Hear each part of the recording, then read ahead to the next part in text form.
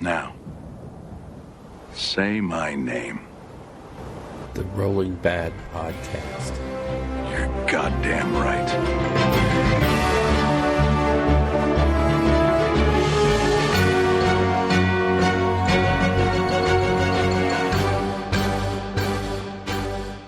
Coming to you mostly live from our very isolated and 6-foot minimum distance desert studio in Rio Rancho, New Mexico, it's the Rolling Bad Podcast, episode number 87.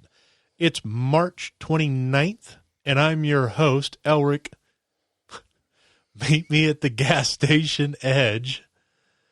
And with me today is Bill Shed of Dreams Costello. Hey, dude. Hey, should I explain that a little? Because it sounds kind of awkward. Meet me at the gas station? Yeah. Well, it could just sound like an open invitation to love and relationship building. Sure. In a time of isolation. You just want to reach out. Or you could possibly explain it. Yeah, it just turns out some people are very easily triggered online. Yeah. And, weird. You know, when you decide, when they're like, oh, I can't wait to see you in real life. And you say, okay, name a time and a place. I will literally come meet you and we'll have this discussion face to face. So I'll let everybody know how that one pans out. Yeah. It could be interesting. Assuming individual actually shows up. Yeah. Likely, not likely. No. Anyways. Anyhow. What do we want to talk about? You know what we're going to do today? Oh, we're going to turn back time. If I could turn back time. Yes, we're going to. If I could find some way. Wow. I don't know the next lyric. Oh, you were doing good there. No, okay. I'll stop. I'm sorry. No, this is a show we're calling Temporal Distortion. Okay. It's kind of like what they've been doing in White Dwarf, and we are going to carry that on. We're going to talk about White Dwarf through the ages, but then we're going to flip through the White Dwarf from 20 years ago this month. Yeah. And laugh at the prices and the models, and just sort of show what was the hotness back then. Oh, man. Yeah, it was we're flipping through it before the show, and that was a trip down memory lane. Well, and the other thing we were flipping through is I have 2 copies of the complete Citadel Miniatures catalog from the year 2000. Yeah. And we were looking at some of those models that some still exist today. Yeah. And some that are like, oh my God, I can't believe those are still eyes. there. Yeah. Yeah. They offend me. Oh, man. This was right after the collapse of the world, the whole Y2K bug. Yeah. Yeah. This was get everything back on track and start building models again right away. Yeah. We survived that. So, So that's what the show is going to be about. But before that, of course, we're going to cover the new stuff.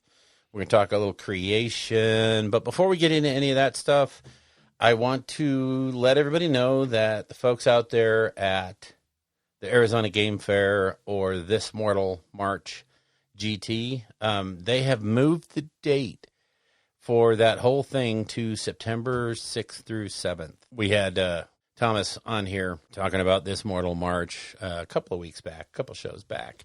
And they're just pushing it. They're not canceling it. They're pushing it back to September. And also, as far as I know, I reached out real quick to the guys over at Basement Wargaming. But I reached out today, so I can understand if they don't get back to me. But still looks like right now Summer Slaughter's going on July 18th and 19th. Obviously, stay tuned and get with those guys to find out if their plans have to change. But that is July, so. Yeah, and if anything changes on that, we'll certainly let you mention it, yeah.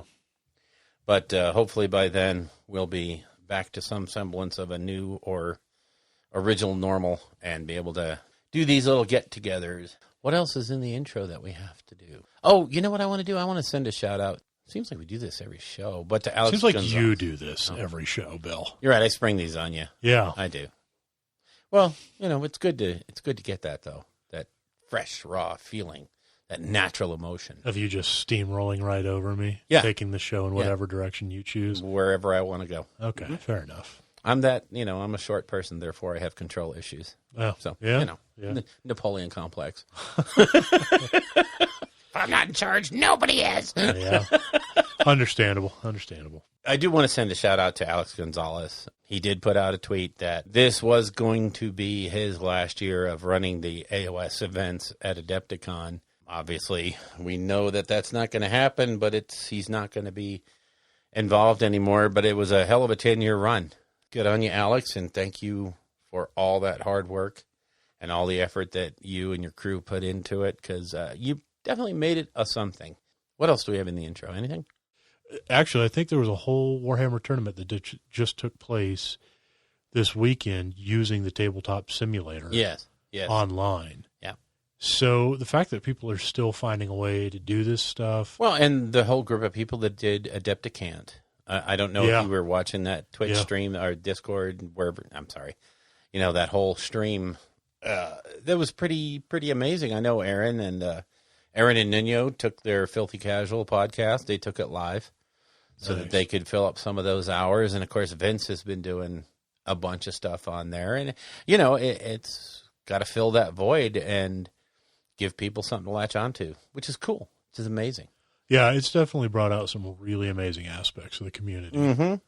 Oh, yeah. Through this, So I guess we can kick into the big reveal show from yesterday, which this is what I was just thinking about before we started. Oh, I wanted to get nothing because we have not talked anything about this in the almost 3.5 hours that I've been here. Yeah. Before we started recording, we basically just solved the political world. Yeah, we pretty much. And then I saw your disgusting collection of models that you now have organized. But capitalism, yay! Oh, so good once it hits the lips.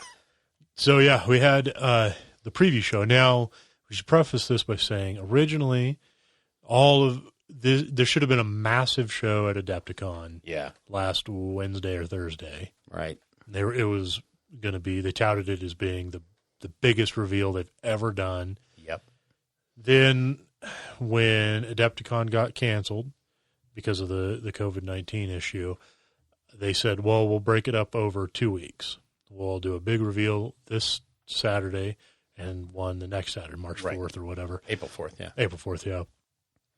Now, if you looked at the article that they released with these previews, they talked about how it will actually be broken up over multiple weeks. Oh, yeah. So this reveal, we'll talk about it in detail, but there's a lot, but it's not anything spectacular as far as like volume of announcements. And I think it's because they've realized, because Games Workshop has shut down. Yes. From store manager to CEO, nobody's working right now. So company has actually suspended operations. Yeah. So I know that some of the community team is still doing some stuff or whatever. Yep. So they might have some little loophole as far as that goes. But yeah, Games Workshop, the lights are off. Yeah. I would imagine they've decided, well, what's the point of dumping everything on the people in 1 day or 2 days when they can't get any of it for an indefinite amount of time? I mean, realistically, we have no idea when this is all going to be done. We don't know when this is going to wrap up. So, I mean, would you really want to see everything you've been hoping for and then have them say, well, we don't know when we'll ever be able to do anything with it? Yeah. See you in 180 days with it. Yeah. Yeah. So they got to kind of keep it going. Mm-hmm. So it sucks, but I understand it. Oh, yeah. That being said, let's talk about what they did show us. Well, I'll tell you, first off, I want to say I love the format that they did it in. At the top of every 15-minute increment, they would do an announcement or a video and then have somebody come on and talk about it for like 10 minutes. And then they would just shut the feed down. And during that time, during that 15 minutes, you could actually talk to people. You could tweet about things. You could be on your Facebook groups or your WhatsApp groups and digest what you just saw. Rather than, when you're at one of these reveal shows, it's a fire hose of information. Yeah. They just go from thing to thing to thing.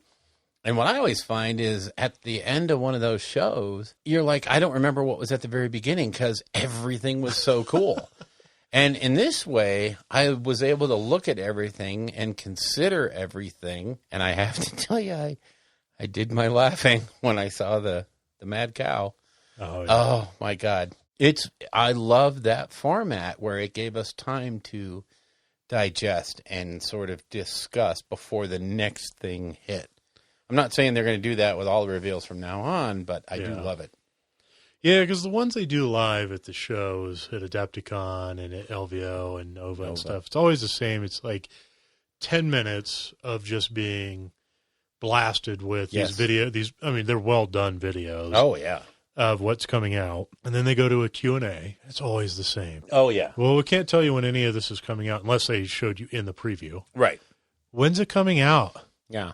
When are we going to say Plastic Sisters about? Yeah. Oh, yeah, I forgot. When are Corn Berserkers going to get... like we can't tell you any specific dates. Yeah, but when can... Yeah. Yeah, so Corn Berserkers are old enough to drink. Can we get new ones? Avoids all that nonsense. Yep, sure does. The same stupid questions from the same stupid people over and over. Well, let's just say in the Twitch chat, at one point there was over 45,000 people, and Notley had throttled it down to you could comment once every 20 seconds. Wow. And it was still flashing by at speeds that no human could read. So I was like, I can imagine inside there were questions like, when are we getting new... Yeah, okay. So. Bless. Yeah. See, and that was going to be my rant. Okay. Except it really didn't, it didn't happen because I, A, didn't read the chat. And B, it really doesn't matter. Because it wasn't in an open forum, so I can't talk about the people that asked the stupid questions. Yeah, you can't dig back through it either, can you? I wouldn't even try. Yeah. There were thousands upon thousands. Well, 45,000 people. I think each one of them at least made 10 comments. Oh, and here's my rant. I'm sorry. Yes, I've got one. And here it comes. If you're the guy that was posting when you had your 20 seconds of freaking fame and you could actually get something onto that chat. I have a feeling what's coming. And you used it to put 40 orc heads in a single comment. Yes! Oh, my God. Walk into a propeller. You're an idiot. And that's why I can't stand Twitch. I cannot stand that stupid crap. It's so pointless. I hate it. And the people that were just writing Duncan. I'm like, oh, my God, you need to be slapped. You're wasting bandwidth for people that might actually have something real to say, like, hello from Oshkosh or other useless comments in that thread. I swear to God, I felt bad for Notley because he's an amazingly good moderator of that chat. And I don't know what he was even able to do. He couldn't. I don't know how you could even read those comments as they flew through. Somebody could have put something incredibly inflammatory and racist, and you would never have seen it as it just flew by. So, so what you're saying is Games Workshop endorses racism by not moderating correctly. Except I could see the comments that were like 47 orc heads, followed by 22 orc heads, followed by the word Duncan written out 20 times. Yeah. Oh, some days I wish. That's why we can't have nice things. Exactly. Yeah. Exactly. So I did get a rant in. I didn't really have one. I knew you had it in. Yeah, I'm so proud of you. I can bring the pain. All right, so let's talk about what we saw. First up was the Hammer and Bolter animated series. Andy Smiley. Yeah. Wow. Did that look totally, I don't know. It looked familiar and yet totally new, The anime one? Yeah. I think it's because it's anime. Right? Yeah. So, and it just makes sense to do some 40K stuff based on that. Oh, yeah. So I think it almost feels like, I don't know. I don't know much about 40K. I don't know much about anime. I'm not a weeb or whatever. I don't know. Whatever the kids say these days. A waifu. Sorry. My bad. But, I used to watch like Gundam Wing and stuff like that back in the day. And 40K seems like it'd be the perfect thing for that. So to see them, And I think what's cool is we're going to see all kinds of different animation styles. Oh, yeah. For different stories of Sure. 40K. That is so cool to Yep. me. That's so cool to me. See it like an Inquisitor in a Samurai Jack style. Yeah. I mean, there's just so many different directions it could go, and give the artist the freedom to, some of it's going to miss. Sure. A lot of it's going to hit. Well, and they already said they're using multiple studios to produce different styles of content. I love it. Yeah. Absolutely. Can't get enough of this. Love it. So at first I was surprised that we didn't see more on the Blood Angels thing, but I would imagine that that's going to come later. They're saving some of the big stuff. Yeah. I think, next time we do this, we might see the next edition of 40K. They're going to save some of the really big drops. What was really nice was there was some big stuff here, too, though. This wasn't a teaser of things to come. They dropped some neat stuff. Yeah. So, and that Hammer and Bolter series going out first. First of all, I have a soft spot for Andy Smiley stuff. I like his stories. I like his writing style. So I kind of like the idea that he's doing this one, and he's going to take it in whatever direction he sees fit. But then we had to move on to the past year. I mean, you're going to get all of these stupid little... I wrote down, 1, 2, 3, 4, 5, about 10 or 12 different names for the Battle Cow. So, and when they did their video for this, what'd they call that video? Elf for Wealth? Even their own video, they mocked the model and what it was. Yep. What'd they say? Giant war cow made of rock and armed with a giant hammer? Yes, you win. Yeah. I'm like, you can't expect us to not now take up the torch. Sure. So, yeah, they showed the Lumineth Realm Lords. Two more units. Do we have a real name for that thing? I mean, in all my preparing... Yeah, so it makes a generic one, and then it makes a named character like all the Greater Demons. Okay. And I don't remember the names. Yeah, I don't remember the names either. But, of course, the obvious one was Holy Cow. I mean, if only you had there Battle was some Kettle. kind of a handheld device that would allow us to look up the actual name. Well, while you look up the name, I'll list off some of the great names. Okay. I think I did Holy Cow, Battle Cattle, Yak Attack, the Beefer of Secrets, My favorite.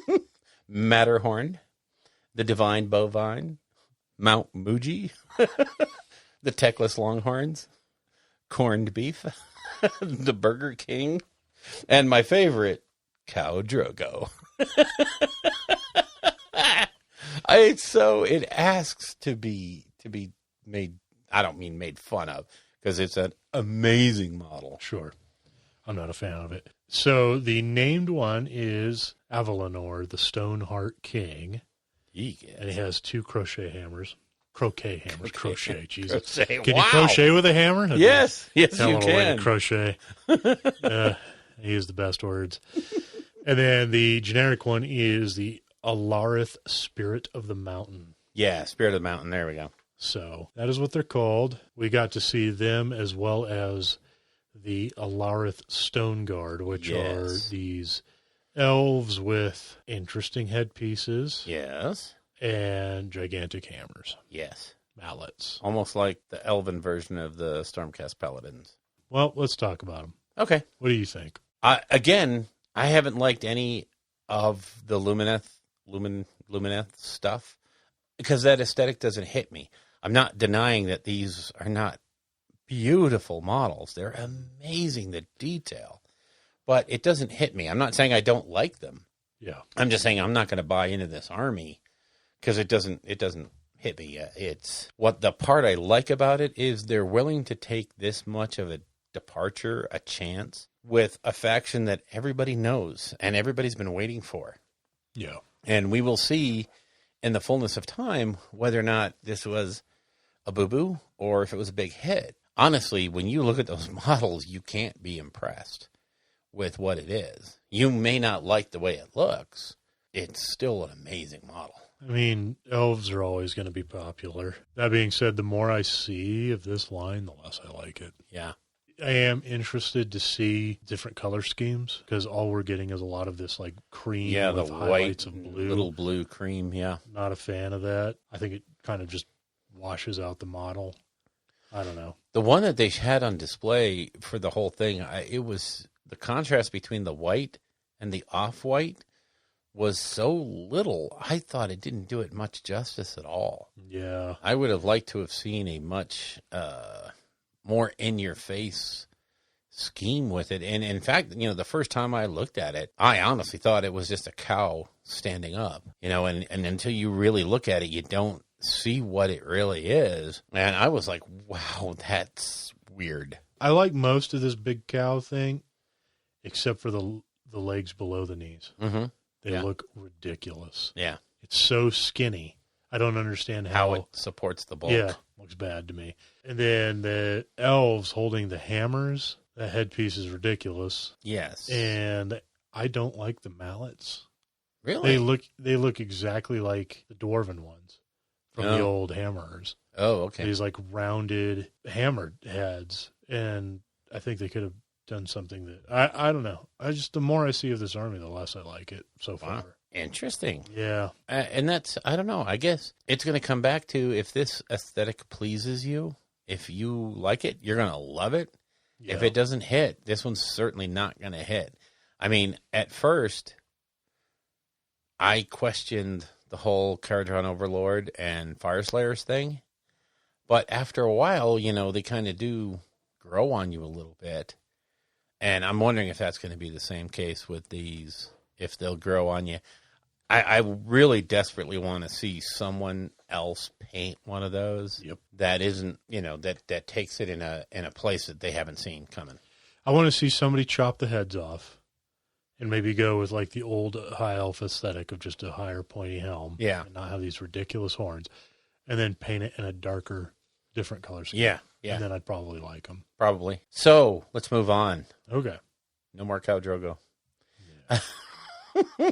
No more Beefer of Secrets. The Beefer of Secrets. That's awesome.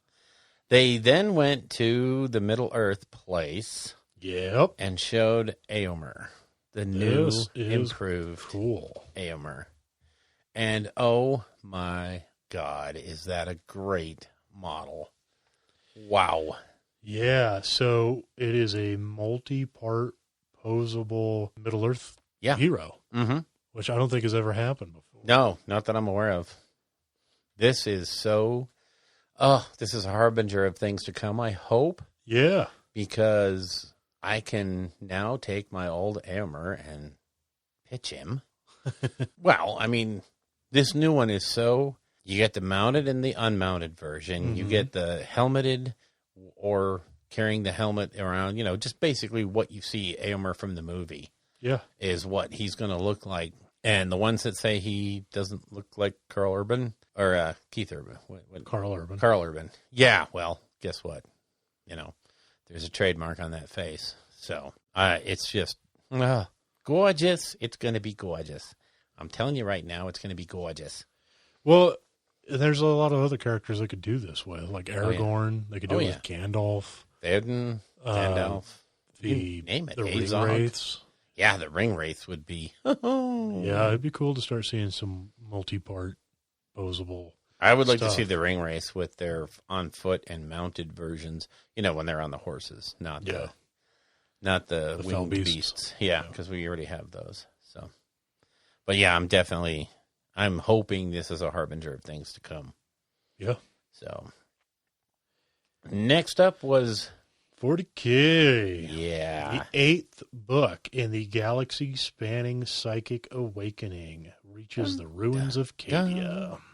The ruins of Cadia? Yep. That planet blew up.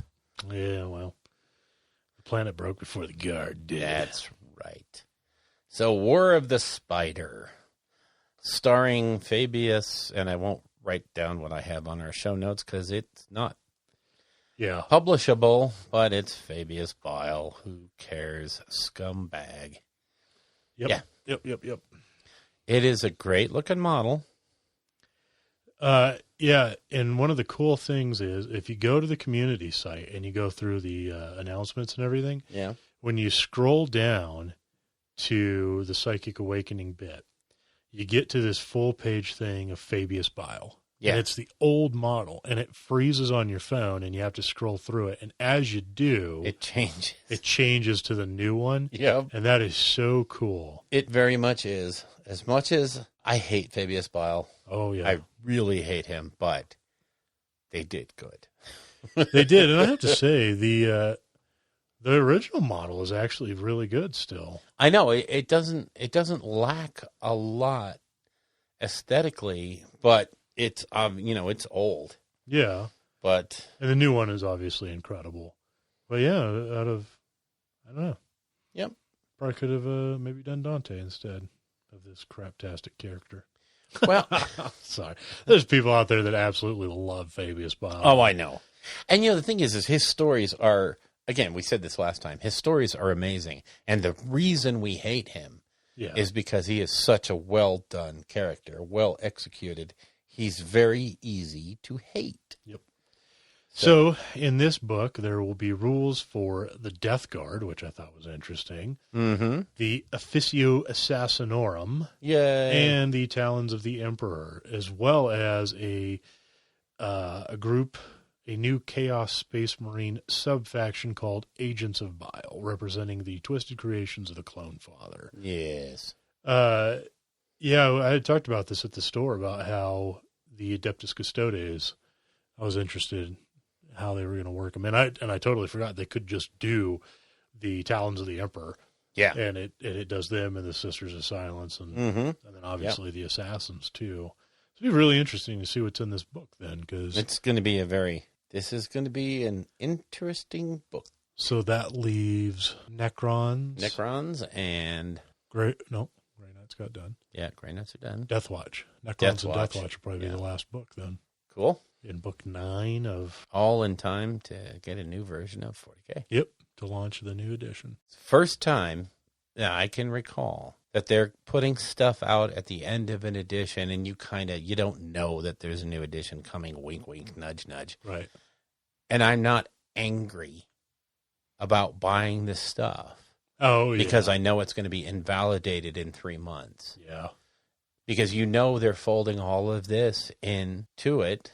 I'm just like, wow. See, I'm actually trying to work some of our theme for the show, the Temporal Distortion, because 5 to 7 years ago, I would have been behind this microphone going, those sons of are doing it again. They're going to get us to buy all this crap, and then they're going to invalidate it. And I'm not. I'm like, this is going to be great. This is going to be cool. I can't wait. Let's see, 5 to 7. How long has AOS been out? 3-4 years? Yeah, 3 or 4 years ago. So yeah, 5 years ago, I'd have been right there with you, Oh, yeah. Yeah. because I had bought the collector's edition of the Dwarf book Oh, yeah. for Warhammer Fantasy Battles, only to have the whole world blow up in like 9 months after that. Yeah. Shout out to Wood Elf players Yeah. that waited like 10 years for a new book and And then got it for a month. got it for, I think, for like 3. Okay, 3 months. Yeah. Anyways. Well, if you're going to have pointy ears, these are the kind of things you have to deal with. True story. Yeah. So enough about Fabius Bile. Let's get on to something really cool, like Scions of the Flame for Warcry. Yeah. Oh, great googly moogly. I really like these guys. No, say it isn't true. Really like these guys. But Are they amazing or what? They are fantastic. And that leader who's in that Shogun-style armor with the flames, I hope he finds his way into just regular AOS armies. You know they will, because they've done it to every bespoke band that they've had for Warcry has turned out to be a chaos Exactly. functionary. So, yeah, these are just... I thought they'd hit kind of the pinnacle with the Spire Tyrants of what they were going to do with Chaos. Oh, yeah, those were so good. Yeah, only to find out that, no, that's just the tip of the iceberg. Well, And Ryan, your little comment about how, well, they just look like old repurposed models. Yeah, dude. Stop it. Yeah, just stop it. Go be a hipster somewhere else, okay? I think the Chaos warbands in Warcry are just like the underworlds warbands. Yeah. Where it's like they're just so good. Mm-hmm. They're such unique, cool, characterful warbands. And the fact that they said in this article, like, yes, you'll notice that this is the last one from the main book. Right. But this is by no means the last Chaos warband. Exactly. So, yeah, definitely interested to see what else keeps coming. And I think it's just because there's no constraints with these. They don't have to fit them into an existing aesthetic or even an existing role. Right. They can just go, whatever works, let's just throw it together. So these guys who are modeling in 3D and, doing all the stuff on the computer, they come up with a cool idea, but it doesn't work for what they're working with right now.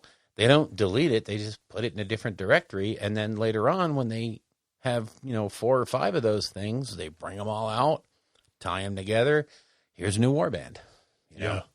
Well, and the cool thing about this whole Warcry Chaos warband thing is it even says in here, as with the other warbands that we've seen in Warcry, they worship a specific element of chaos. Right. In this case, the ever-raging flame.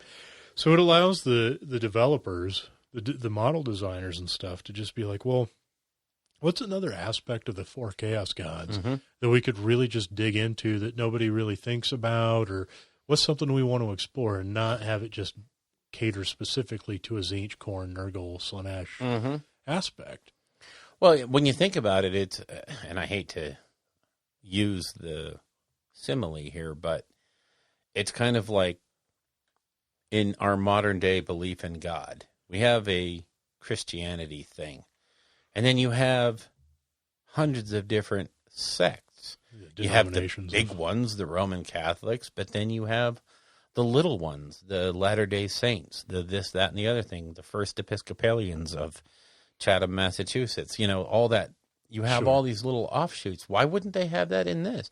Not everybody is just going to know exactly what Khorne thinks and wants and be in touch with him on a daily basis. Some of them have heard about Khorne, and they know that he's like violence and fire and nastiness. So let's venerate that. Yep. And they don't really know how to put it to a name. They don't associate the name Khorne with what they're latching onto. Yeah, they've never heard it before. Right. So yeah, they've talked about that in the narrative before, both in AOS and 40K, of how, you come across these chaos worlds or chaos warbands or whatever, and they worship some weird disease thing that they've never heard of before. And the name Nurgle never comes up. Exactly. But that's who they're worshiping. Yep. They're worshiping some aspect of him. Yeah. So yeah, it's interesting to see how they are worming those parts of the world out in the different offshoot games. Like this is not main AOS, but Warcry can explore different areas of the world that, because of its small scale, you're not committed. There's not a realm devoted to these guys. There's just, 20 square miles devoted to these guys. Sure. And in the mortal realms, that's nothing. So, yeah, they're awesome. They're fantastic. And yay on you for keeping going with the Warcry stuff. I love that game. I love that game. All right. And now for the last thing that was shown, which it made me cry. I don't know. I'm so over this game. I'm over it, man. Like, okay, so the Lion for $30K. Yeah. The new Primarch. Okay, I don't know. Horus Heresy has been a game for like 600 years now, and they still haven't rolled out all the Primarchs for it. Yeah. God, Phil. It's ridiculous. Whatever. I don't care about Horus Heresy. I was hoping we would see something for $40K. When I got the first email before this thing even started, and the header of the email, I'm almost certain they didn't want this to be the case, but the header of the email was the Lion. Yes, really. And I immediately said to myself, "Oh my God, they're bringing out the Lion for $40K." Gilliman has a buddy who isn't going to be as stoic and set in his ways, and there's going to be a little wiggle room in the Imperium, and then it was all $30K, and I was like, Horus Heresy. It's like, this is still a thing. But it's still a beautiful model. Sure. It is fantastic. Oh, my God. And I'm happy for all the Dark Angels players out there who have been actually getting a lot of very cool It's been things. quite a bit. The kits that have come out for the 30K range for Dark Angels. Whew. Again, though, I cannot believe how long it's taking to get all this stuff out. The con isn't done yet either. No, he's not not. all the. They said this was the penultimate release, so the con's next. Well, yeah, he has to be. Process of elimination. Yeah, pretty much. And then what do? Release demon versions of the Chaos ones? Sure. No, because that didn't happen in 30K. So. Yeah, they did. Well, actually, yeah, Magnus was a demon. By the time they reach the Siege of Terra, Yep. those dudes are like full-on demons. Let's do it. Yeah.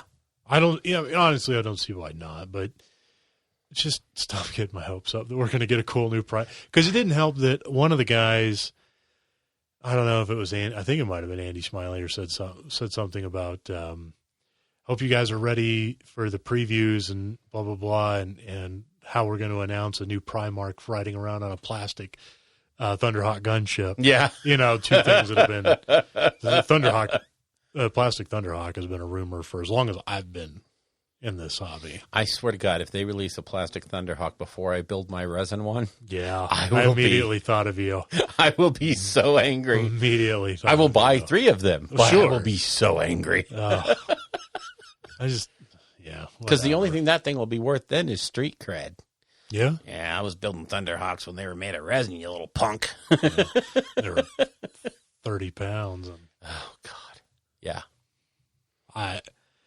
It is a cool model. Yes. Don't care. Ugh. I'm over it. I'm over Horus Heresy stuff. Oh, man. We have to re-educate you. You need to come to our Tau Greater Good seminar. Yeah. So that was what we saw. That was all what the we saw. previews. Now, what'd you think overall? Overall, like I said at the top, I thought it was a fantastic presentation. Okay. I truly love the idea of every 15 minutes you'll get something and then you can think about it and cuss and discuss. Mm-hmm. Of all the stuff that came out, I'm dying to see what happens next week because all of these things in their little niche were really big. Mm-hmm. I mean, a whole new faction for Warcry. Yeah. A model and an approach to a model for Middle Earth that hasn't been done before. This is new for the Middle Earth range. I'm not so, I kind of agree with you on the Luminarth stuff. I don't dig the aesthetic, but I dig the coolness of it all. But it's not something that appeals to me. So each one of these things was big in their own space. So that tells me that what we're going to get next week and the week after, and as things drag on and they start doing more and more previews, I don't even know. We know most likely the elephant in the room is the new version of 40K. Sure. But what else do they have up their sleeve, I mean, they're hinting at things. And when they do that, they usually have a reason for hinting at things. So I'm excited to see what's happening going forward. What about you? Honestly, I was pretty disappointed in these previews. It's all stuff we knew was coming. It's more Lumineth stuff, which, I mean, it's cool that they're showing it, but we already knew that was a thing.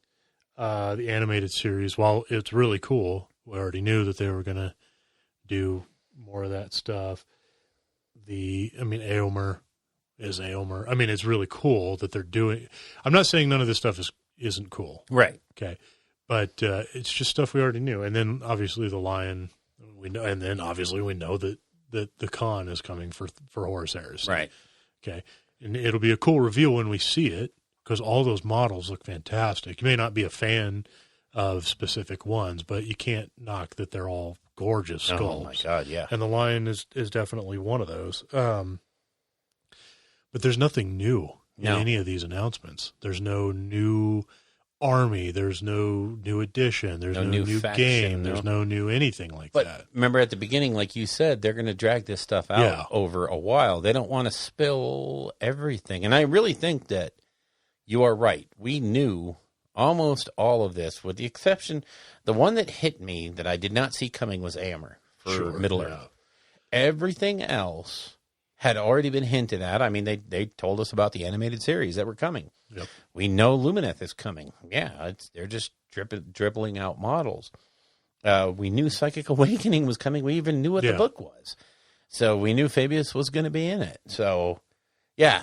I mean, the only really big surprise here was Amber. Yeah.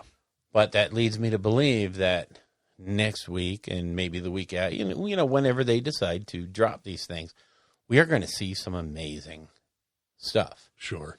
It doesn't help that also this was just so hyped for so long. It's going to be the biggest announcement, blah, blah, blah. And then, okay, well, now the announcement will be split up over two. Now the announcement will be split up over multiple weeks. So it is kind of like, oh, man.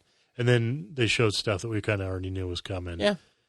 So, yeah, I don't know. I mean, I'm still all really cool stuff. Don't get me wrong. Oh, yeah. And I'm definitely looking forward to next week and the week after and see what else is coming out. They are taking the convention-only model, the Lieutenant Amulius. Yep. And they're making him anybody. It's the only thing you can order on the GW site right now. And they're taking all the orders. Of course, they can't fulfill the orders. But, yeah. So if you really wanted the convention-only Space Marine, you can get him. Which I think is it's a great way of doing things. Thank you for that. So are we ready to take a break and then go into the creation and the lore? Sure. Because we got chocolate cake. Let's do that. All right, let's do that. Be right back.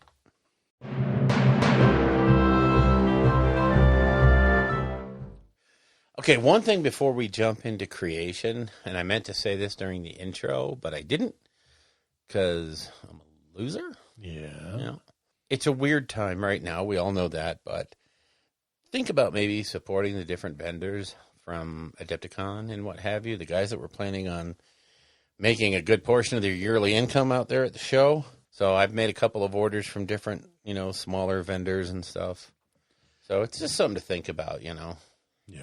I'm not saying do it now, but do it now. Do it. So let's kick off into creation. You don't want to talk about the Saturnine novel and or your little hookup there? I completely forgot. Yeah. Let's go back to that. Yeah, let's do that, Bill. Okay, so I'll just hit it real briefly. The Saturnine novel came out, the fourth book in the Siege of Terra. It looks like the fifth book on that wall. It's the fifth book on the wall, but it's the fourth book in the series because the other one is a novella by Graham McNeil. So it's not actually a book. It's a novella book. Yeah, that makes sense because it's significantly smaller than the others. Yeah. I was going to say that. Those are all big books. They're big, nice leather-bound books. And the Saturnine book is really, it has a fold-out map of the Emperor's Palace. So, yeah, it's a very, very well-done little book there. Very, very nice. Very nice. As far as hookups, I have no idea what you're talking about. You don't want to talk about that, Bill? However, I do want to say Casco is a really cool model. Yeah, he is. Yeah, that has now become my favorite model ever. It's really nice. It goes together in that just cool, perfect way. Yeah. Yeah. So, I cannot wait to put primer on that and to put it in a box and forget about it for 6 months.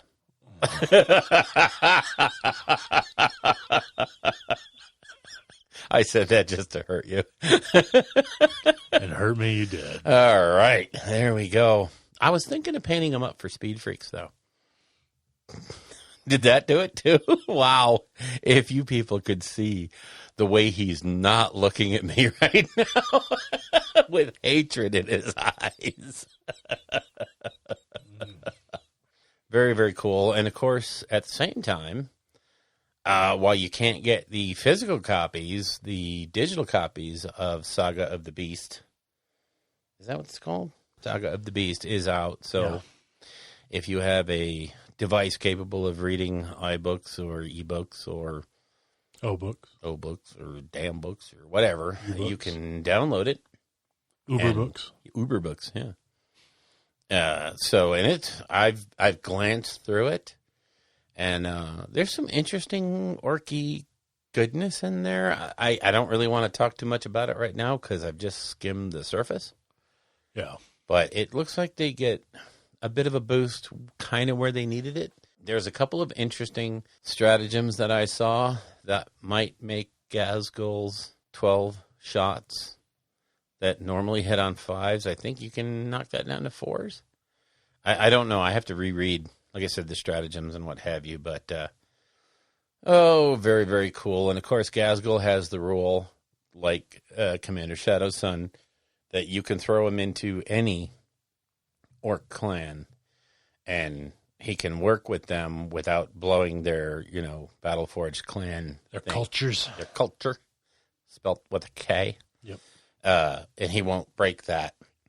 But he doesn't benefit from any culture unless it's the Goth culture. So, which is standard. It's the same way Shadow Sun is. Yeah. She can go anywhere, but she can only do Tau stuff. Yeah, I listened to or watched, or it's on YouTube.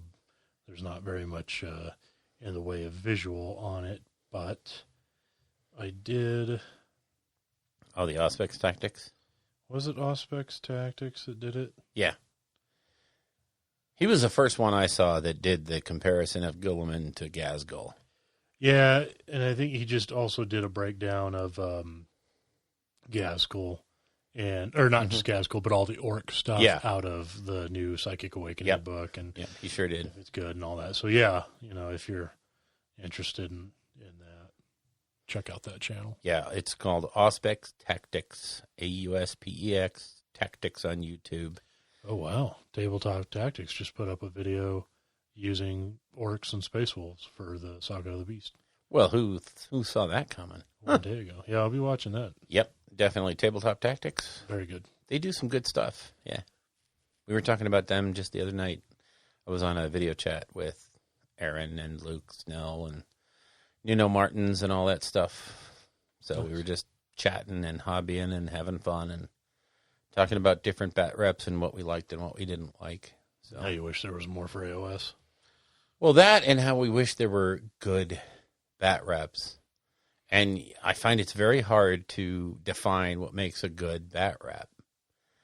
Like, I think you can point to Rob Symes' coverage of CanCon as kind of like, that's probably the best coverage of a convention I've ever seen. Okay. And yet, they didn't focus on any games. They brought you updates on the games. They showed critical key moments in a game, but they didn't focus on a game.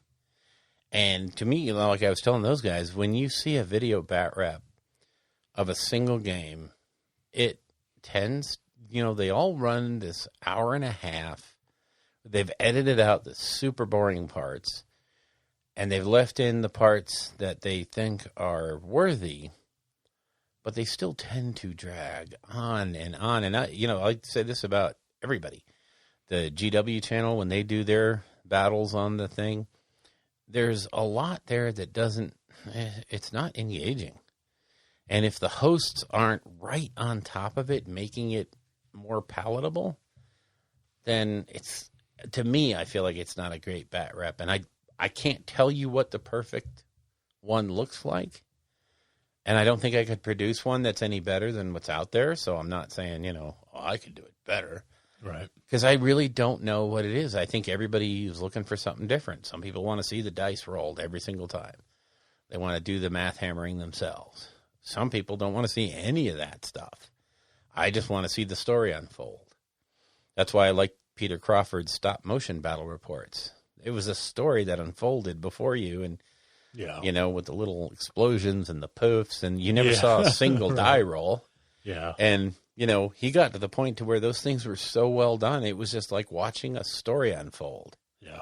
But not everybody likes that type of bat rep. So I don't know what the perfect one is. I think it's up to everybody. And how in the hell did we get on this? Choo-choo. Train just left the tracks. We were talking about Saga of the Beast. Oh, I just was looking at YouTube, and saw Tabletop Tactics. So, well, I mean, and that being said, I think those things are just like tournaments. Yeah. Right? Different tournaments for different people. Exactly. Different YouTube channels and podcasts and all that You stuff betcha. for different people. So It's just what people like is what they like. I like the Tabletop Tactics bat reps. yeah. They're usually pretty quick, and they have good pacing, which is something to me that some lack, is an idea of pacing. Well, they do it right. I think. Well, do it. That's very objective, subjective. Yes. Where they have two people playing, and then there's a third person going around capturing the stuff. So I think that's probably one of the better ways of doing it.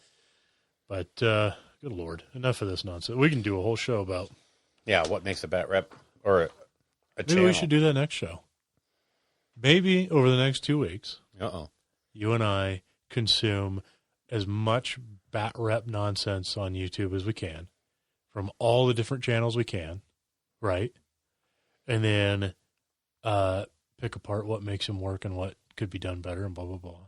Ooh, I like it. It's basically just like channel reviews of all the YouTube creators for both 40K and AOS. Because, I mean, you'd almost have to. Yeah. Right, because there's not a lot. There are some AOS creators out there, and they're growing, for sure. So it'd be cool to talk about those and give them a shout-out. But there's also some very well-established 40K ones that do it very well. So we could look at what makes them, I don't know. Yeah. What do you think, Bill? I like that idea. All right. Don't say I don't bring anything to this show. Like you do behind my back. I know you do. I do. You say, to be fair, you do it to my face, too. I was going to say, I do it on Twitter. What are you talking about? It can't get more public than that. That's true. All right. Good God. On to what we've been hobbying. And we have been hobbying. Yeah. So, boy, did we hobby. We're not, both of us are still working. Mm-hmm. Good or bad. I don't know yet if that's a good or bad thing. I'll tell you what, this working from home thing is not working well for me. Yeah, I can imagine. God, I could imagine. Dang. 12, 14-hour days. It's ridiculous. Yeah. So, and I'm lazy. God. Well, you know. It happens. What did you create? Why don't you go first? Because you never go first. You want me? Okay. Yeah. Well, you didn't write down any of the stuff that I created on here, so I don't know. You never bring anything. So I have temporarily retired the paintbrushes, and I have just gone into full build mode. All I'm trying to do right now is clear out the boxes of just stuff, unbuilt models. It's gotten to a point now where it's a little absurd. And I don't want my collection to look like yours. It's kind of embarrassing to look at.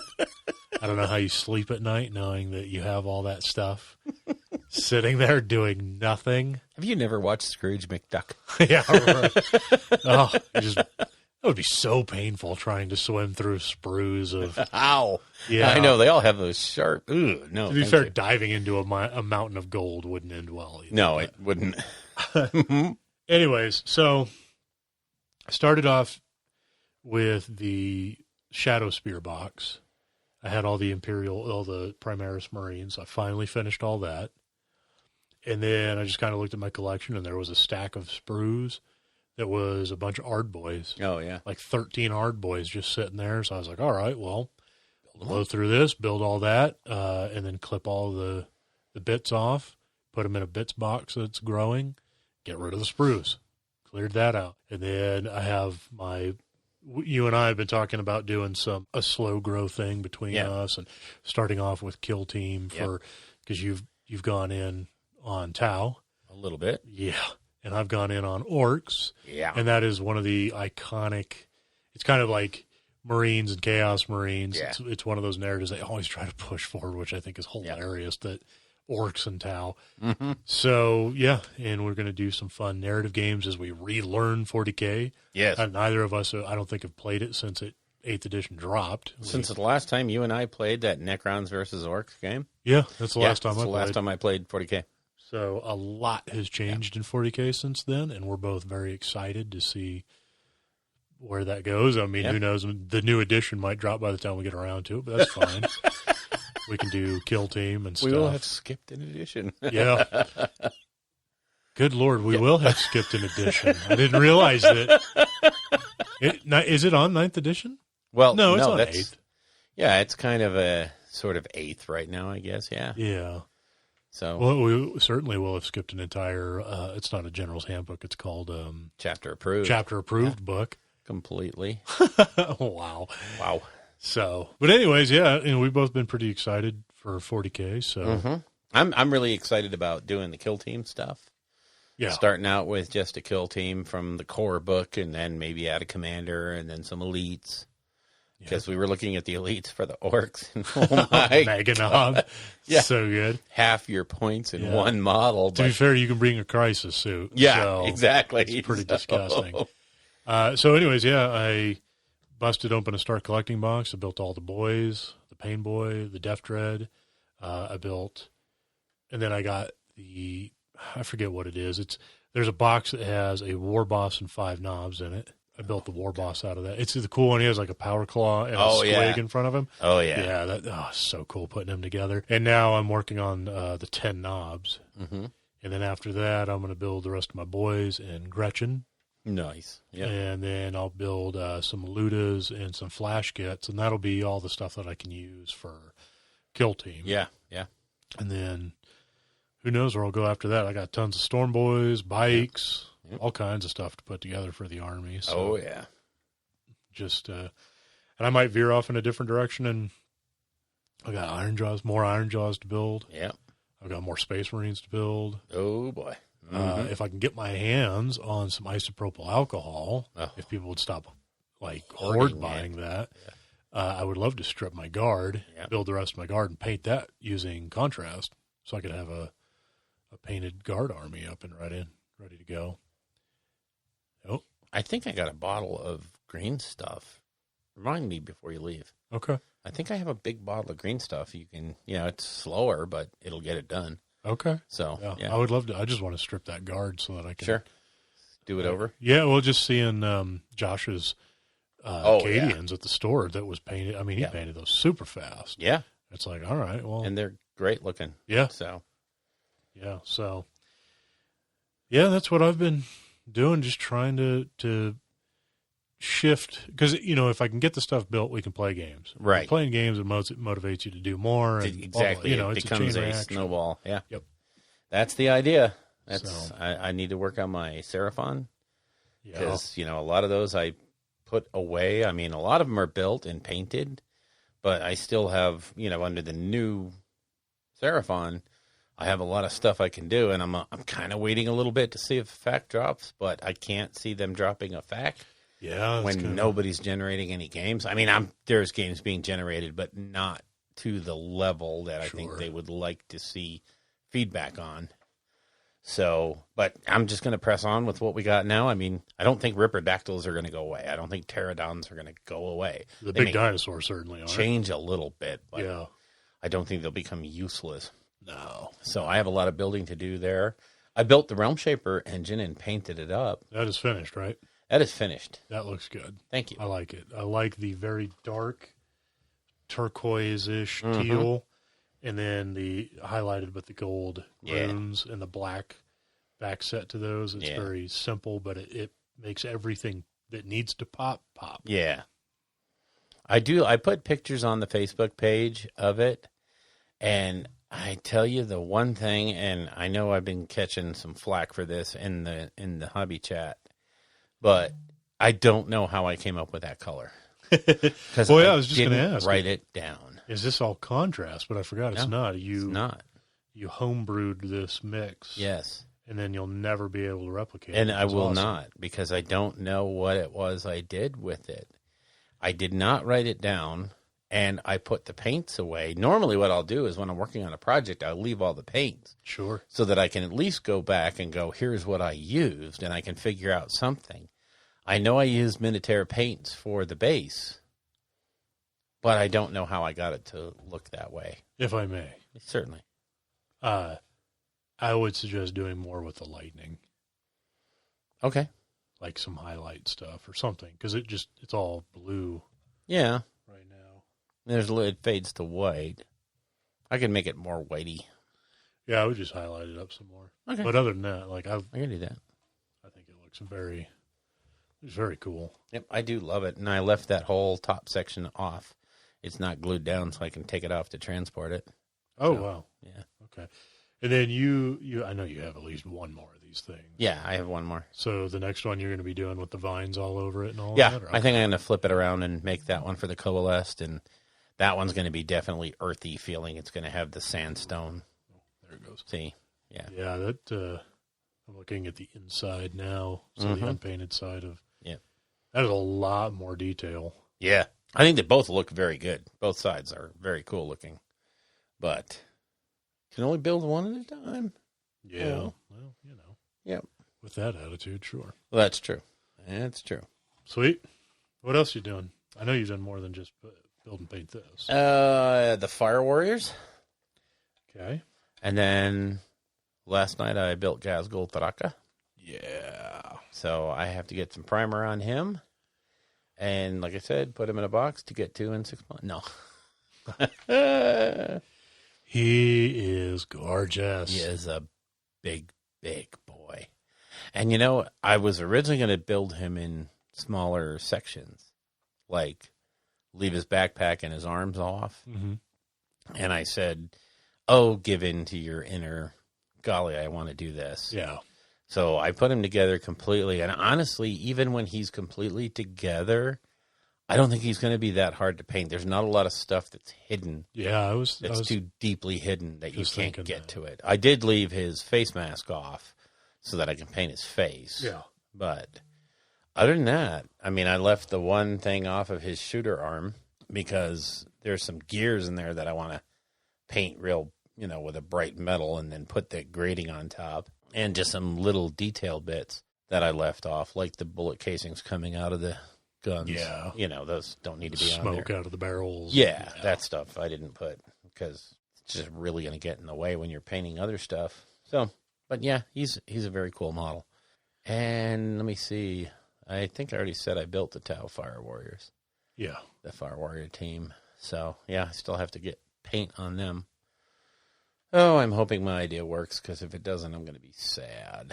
I'm going to be a sad panda. And what is that idea? Oh, just my color scheme for my Tau. Oh, okay. So they're going to probably be Tau Sept, but just a very, very different color. There's going to be almost no orange on them at all. So Interesting. yeah.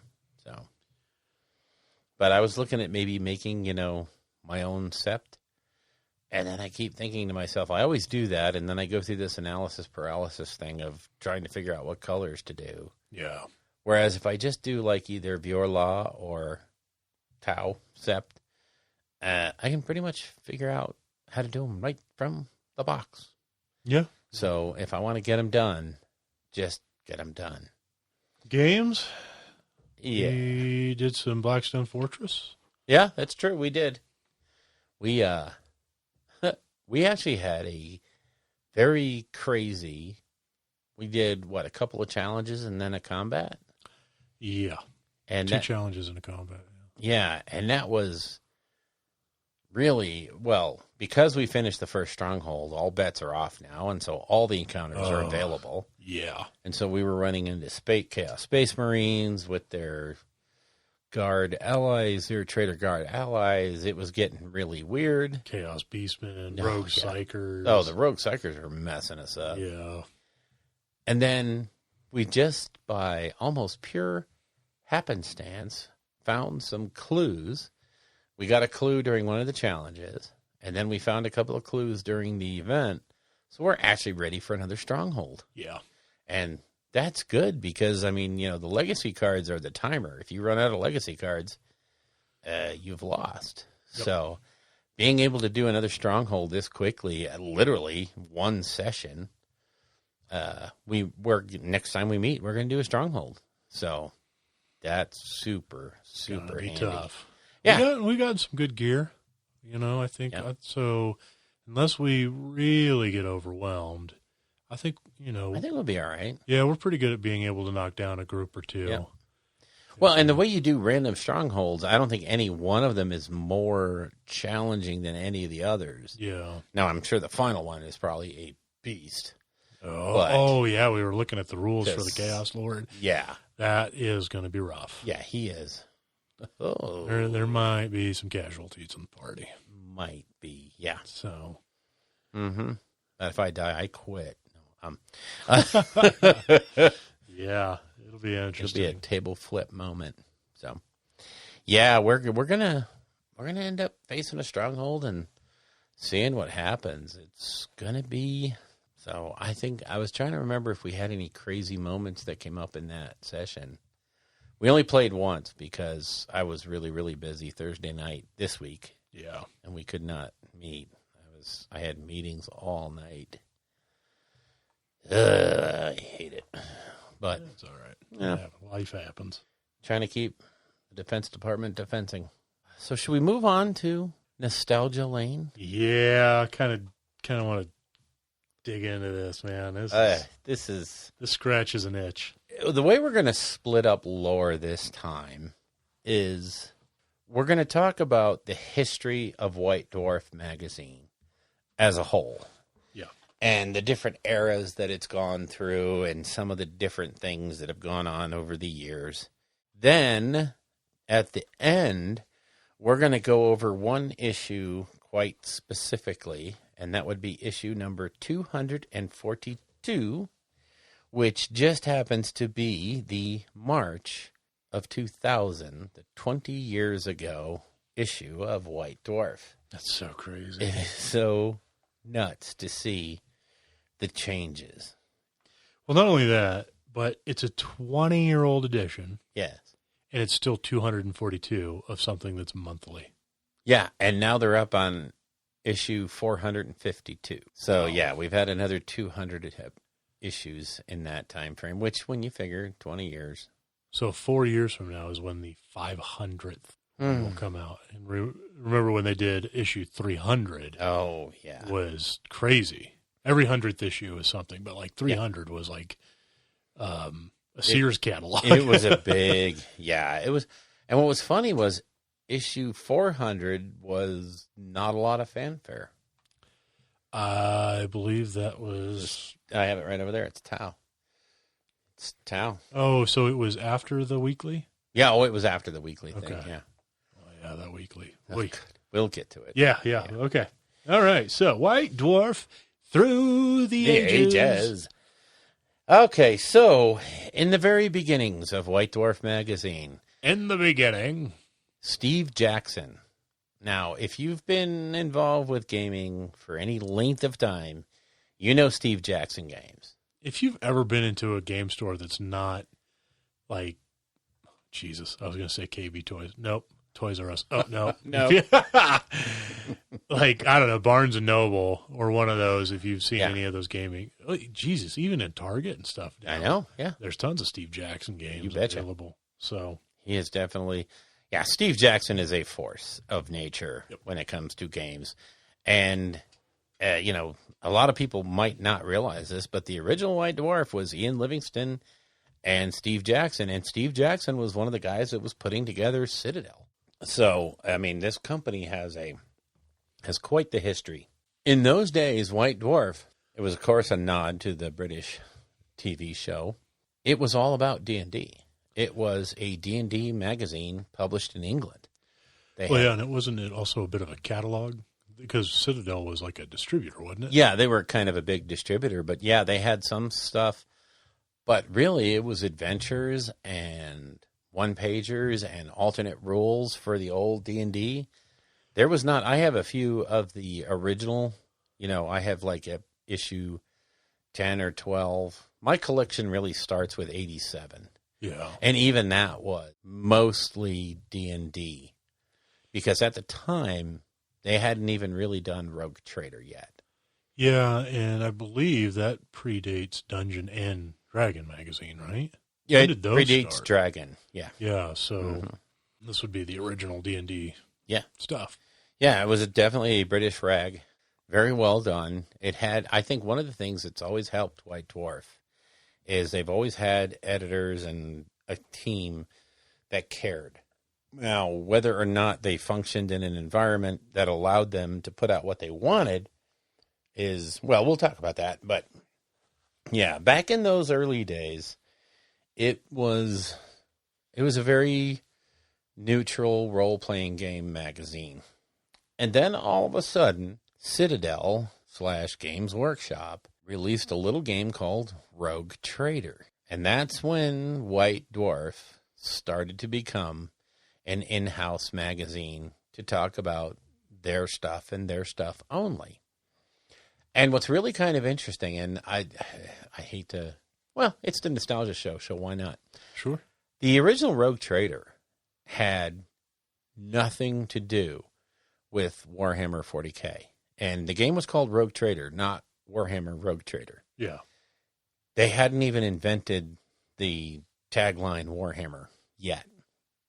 And it was a role-playing game where you could create characters that were hilarious. And some of them, when you created orcs and you were creating the different stuff that went on the orcs, or you were creating human cybernetics, and you could add different things to your human. But one of the things that you could do was plunk a space marine, and you could play a space marine. And it was cool, but it was only one of the many things you could do. And it was during this era that they started to sort of become more of an in-house, let's just cover what we're doing, and less of what the world was doing. Because up till that point, they were covering D&D and a little bit of Traveler, and, you know, it was a generic role-playing game magazine. Yeah, the first one dropped in July of 1977. Yeah. Wow. Awesome. 43 years ago. Yeah. Don't make me older than I am. Okay. New Mexico education almost poked his head through. Yeah, 43 years. God. Yeah. Just amazing. It's so much. What a great ride. And in the spirit of fairness, in 1977 I was 13? Let's see. I didn't pay a lot of attention to White Dwarf. Yeah, 1977 I was, yeah. Yeah. You Not were around. A twinkle. Not even a twinkle.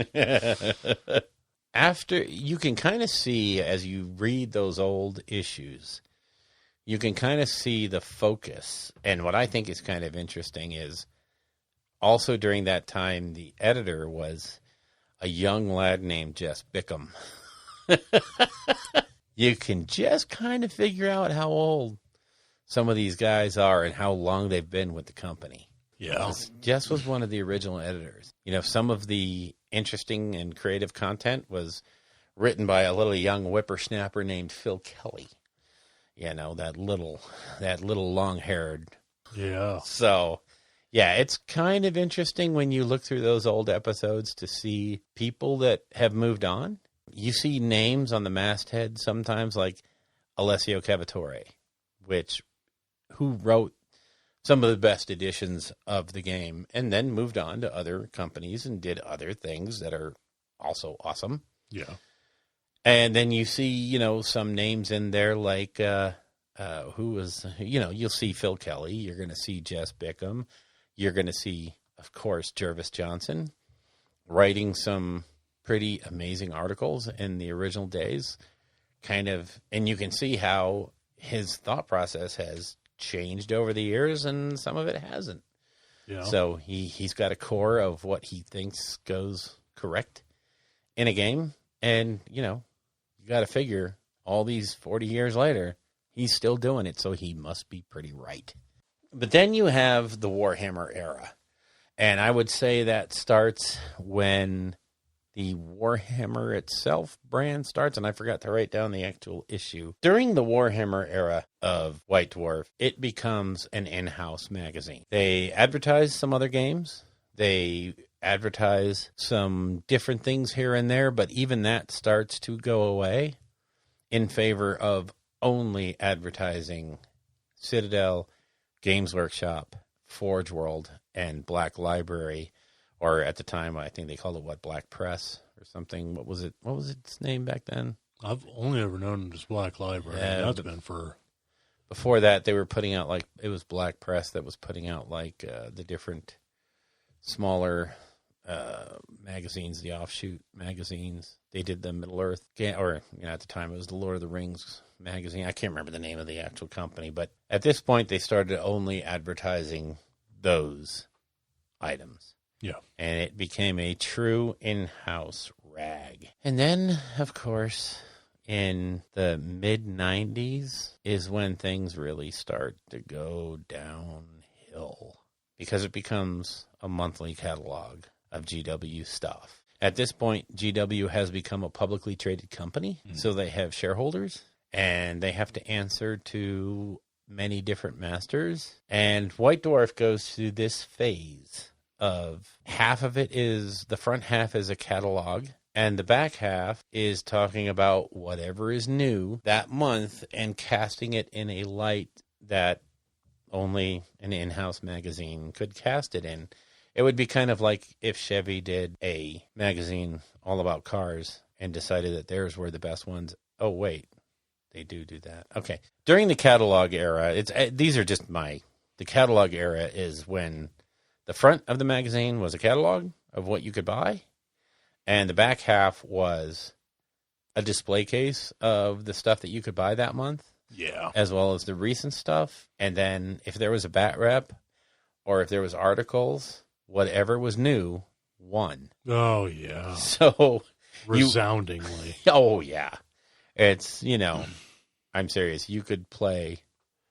It didn't matter what you played. Yeah. The new guy always won.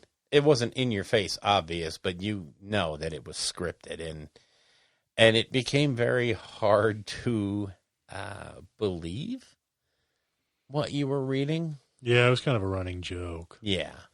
Also, this was a time when you'd get like 2 army books for Warhammer Fantasy a year. Yeah. Oh, 2 codexes for 40K a year. Mm-hmm. So, imagine how hard it was working for GW, for the White Dwarf team, trying to come up with content. Yeah. Yeah. The company itself just wasn't putting out anything. Right. And then what was there had to be shown in the light that they determined this is what it has to look like. Yeah.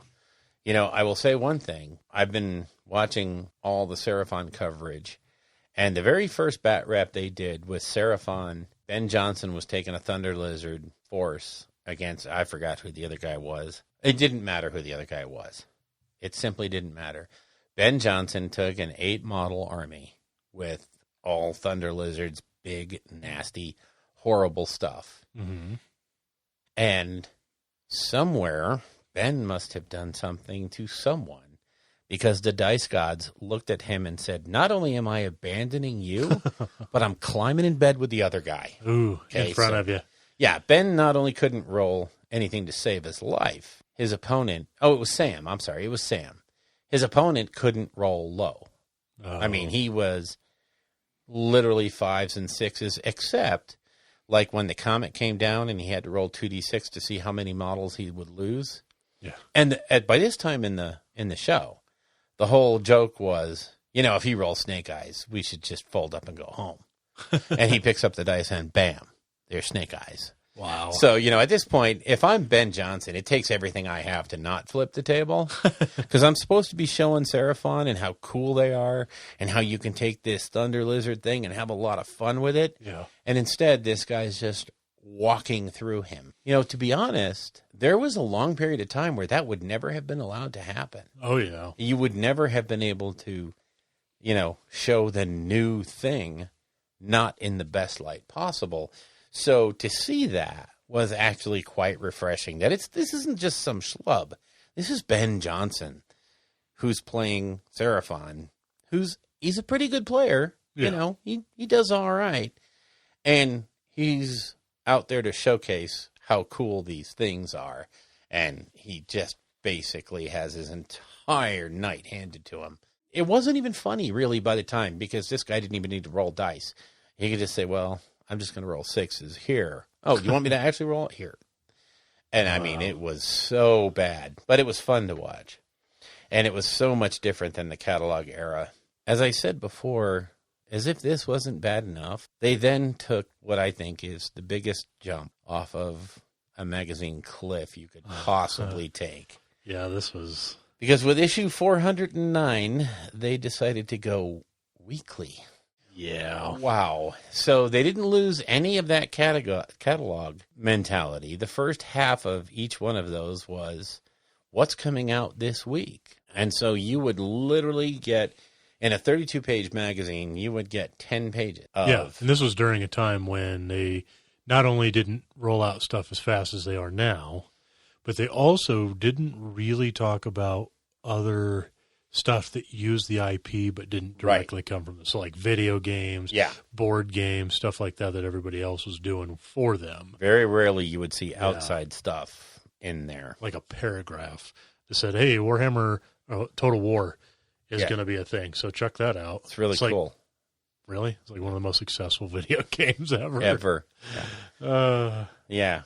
Or Dawn of War. Oh, God, yes. Yeah. Dawn of War was a big one. Anyways. Yeah. During that weekly, the weekly run was 131 issues, so a couple of years of it. And honestly, if it wasn't for like the fact that Paint Splatter debuted during this, and this was when the new paint, the Adam Troke new paint system, the base coat wash highlight, or base coat wash layer highlight methodology with Duncan came out.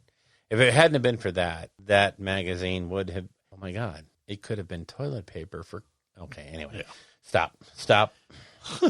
What was even worse was the Visions. Oh, yes. In order to keep pace, they had Warhammer Visions coming out monthly during this time. Oh, God. That was terrible. Oh, my God. There's really pretty pictures of an army that came out a long time ago. Yeah. You're already moved on and want to see other stuff. But we're going to reiterate the pictures that are basically on the website for you. Yeah. In a big magazine that we're going to charge you money for. And then we'll show you user models for 3 pages. We'll do this 130-page magazine with like 112 pages of recycled GW photos. And then a couple of reader pictures, and then if there was a big painting competition, they'd have some pictures from that. Yeah, that was that was a bad magazine. I remember listening to podcasts of people trying to talk it up, and you could tell, man, they were just trying so hard. Yeah, grasping at straws, really bad. And then you remember the binders, that came out to keep your Warhammer Weekly organized. You haven't seen how many I have. Oh, yeah. Because, first of all, I have every weekly, and I have all of them in binders. God. I just remember one time trying to put my magazines in that stupid binder and slipping with my finger, and that string sliced my finger wide open. Oh, yeah. I was like, this is the dumbest thing. This is so stupid that I have to have a binder to keep my magazines organized. And none of these magazines really have any content that matter to me. Yeah. I will say, when I lived overseas, over there in Germany and England, that was a really big, popular way of putting your magazines together. And, it's funny because over there in England and Germany, magazines are they're different. They're viewed differently than they are over here. And, at the time, they were kind of viewed differently because they were something that you kept and that you referred back to all the time. The gardening magazines and all that stuff, they had very, very good info that you would refer back to from year to year. And so that method of string binding all of them together in a book was very, very common, super common. You could pick those binders up at any magazine store, any bookstore over there. And I think it was new. You didn't normally see that here in the States because that sort of thing, first of all, a lot of our magazines came out with a different kind of binding that wasn't good for that kind of storage. But also we had different storage methodologies. We tend to have more room in our houses than you do in Germany and England and all that stuff. So for us, having a stack of magazines really it wasn't something that was going to be in the way. Whereas over there in Germany, my house was not that big. I needed some place to store them where they wouldn't be getting in the way. Yeah. So it's just kind of a different mentality. But yeah, those things were horrid. Yeah, it was a rough time in the White Dwarf world. But then we have what I like to call the new era, or the golden era. Yeah. Which actually started in September 2016. They went back to a monthly format. They still had some of that catalog aspect. But by this time, the internet is a thing. Really took more shape, I think, January, February of last year when they redid White Dwarf again. Yeah. And nowadays, you see hardly anything unless it's really big. You don't see any advertising, even for their own stuff. Because all of that stuff is coming out digitally. Mm-hmm. You can go to Warhammer Community and see what's coming up. They don't need to waste the space on that. So now there's a lot more content, and it's a lot better. But that actually started in September 2016, where it became a very useful and viable magazine again. And wow, did they improve. So hats off to that team that brought it back from the dead. Because truly, toward the end of the weekly stuff, I was about done with it. No. I don't think I have the last few months of the weeklies because there was just no point in it. There was nothing. It wasn't even reasonably good. So yeah, it was a dark time. Yeah. That being said, now I would strongly recommend picking up White Dwarfs. Oh yeah. They make sure that each edition has content for all three major games. Yep. As in 40K, AOS, and Lord of the Rings, or Middle Earth. And then they do a pretty good job of putting stuff in there for Kill all Team. of the specialist games. Yeah, there's Warcry stuff in there, Necromunda, Adeptus Titanicus. Yeah. Aeronautica Imperialis. There's all kinds of stuff in there. When there's stuff released using their IP, they make a mention of it. They will cover it. Yeah. Yep.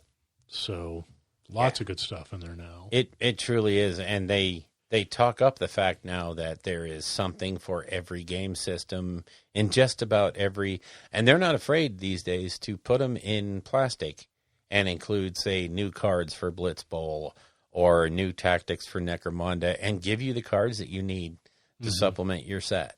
Yeah. They're not above doing that, or hell, even just the posters they do. Hell, a couple of issues back, they did a Necromunda how to get going in 30 minutes. Oh, wow. Which, I mean, the approach to Necromunda is, it's a beast. There's a lot of rules. There's a lot of new stuff. There's a lot of, well, it's a whole different game. Yeah. And so there is a approachability aspect to it. So they were like, well, here's a way to do this little gang skirmish, a skirmish within a skirmish, even smaller than a gang. Let's just do a quartet or something. I don't know what they called them, but, it's a different way to get in. And, it was reasonably involved. So it was its own little pamphlet. And honestly, I do believe that at some point we might actually see like the pamphlet that comes with chapter approved or the general's handbook with all the points. If they have a big enough sweeping change, they might just put that out in a White Dwarf, as an addition. So I can see them doing that. So that's basically the eras of the White Dwarf. And I tell you, me, I'm a completionist. I love having my issues that go all the way back. And I'm missing a few here and there, but every now and again, I love to just grab a handful of them and read them at night. And there's still some hobby articles in the old issues that are amazing and still completely useful today. And then, of course, the more recent stuff. Like I said, I have issue 400 here because it's got some interesting stuff for Tau. It's got some new paint thoughts and all the rollout of all the new models. Yeah. All right. Well, which one do you want to dig into first here? Well, for our ongoing, what's going to maybe become a once-a-month segment, we're going to cover the 20 Years Ago magazine. This one just happens to be issue 242, which is Jungle Hell, the release of the Catachan Jungle Fighters. Catachans? Yeah, it's pretty freaking amazing. Flipping through this magazine is, oh my gosh. So in this one, this issue is also of some note because they have the last Mordheim Town Crier, which is it's a bunch of pages dedicated to the Mordheim game. Mm-hmm. This is the last time they put the Town Crier in White Dwarf. After this, they spun it out into its own magazine that had its own staff.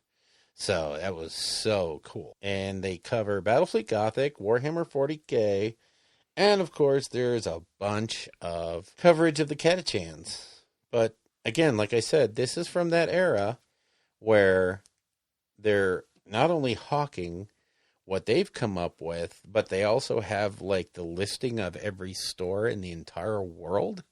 With its address and phone number is bound into this magazine also. And if you know how magazines are published, space in a magazine is at a premium. So unless it's your own little hometown rag, you are certainly not going to print all of your stockists' information. But since this was their own little magazine, they got to do whatever they wanted. Yeah. Yeah, so let's look a little bit at the prices here. So, in the little catalog section, let me see, the February-March releases for Codex Catachans, $9.99 in the U.S. Let me see, the Chaos Battle Force, which was one Chaos Army, was $89.99. That's not too bad. The Armored Fist Squad, which is for the Catachans, of course, was one Chimera and 10 Imperial Guard. That was $34.99.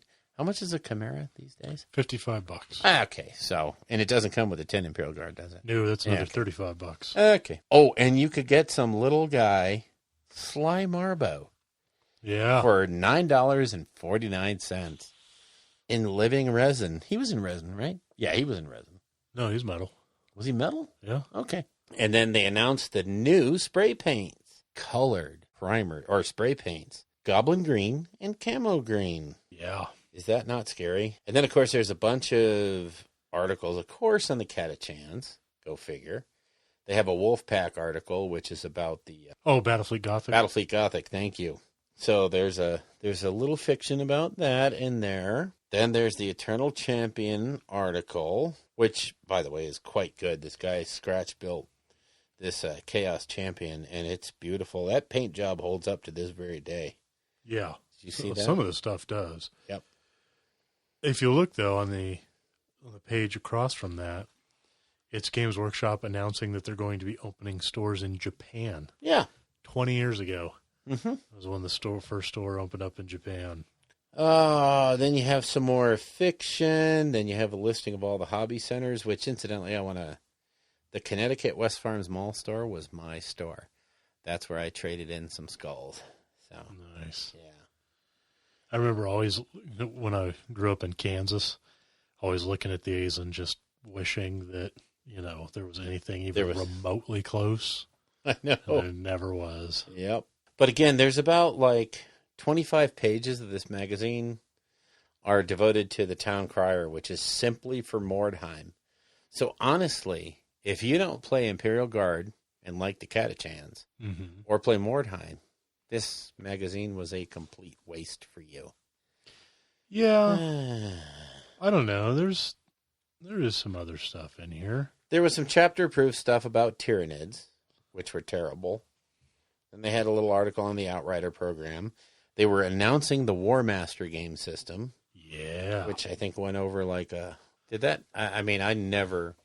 It came in, I never got into it. I don't think it gained the traction that Epic 40K did. No. And even that petered out, too. Yeah, it was quick, flash in the pan. There's a big article on how to use green stuff, which I actually read, and there's nothing in there that does not apply fully well today. How to fill mold lines, how to fix a bow, how to fix stuff that breaks off your model, how to make a sword blade, how to sculpt hair. And it actually goes through it pretty well.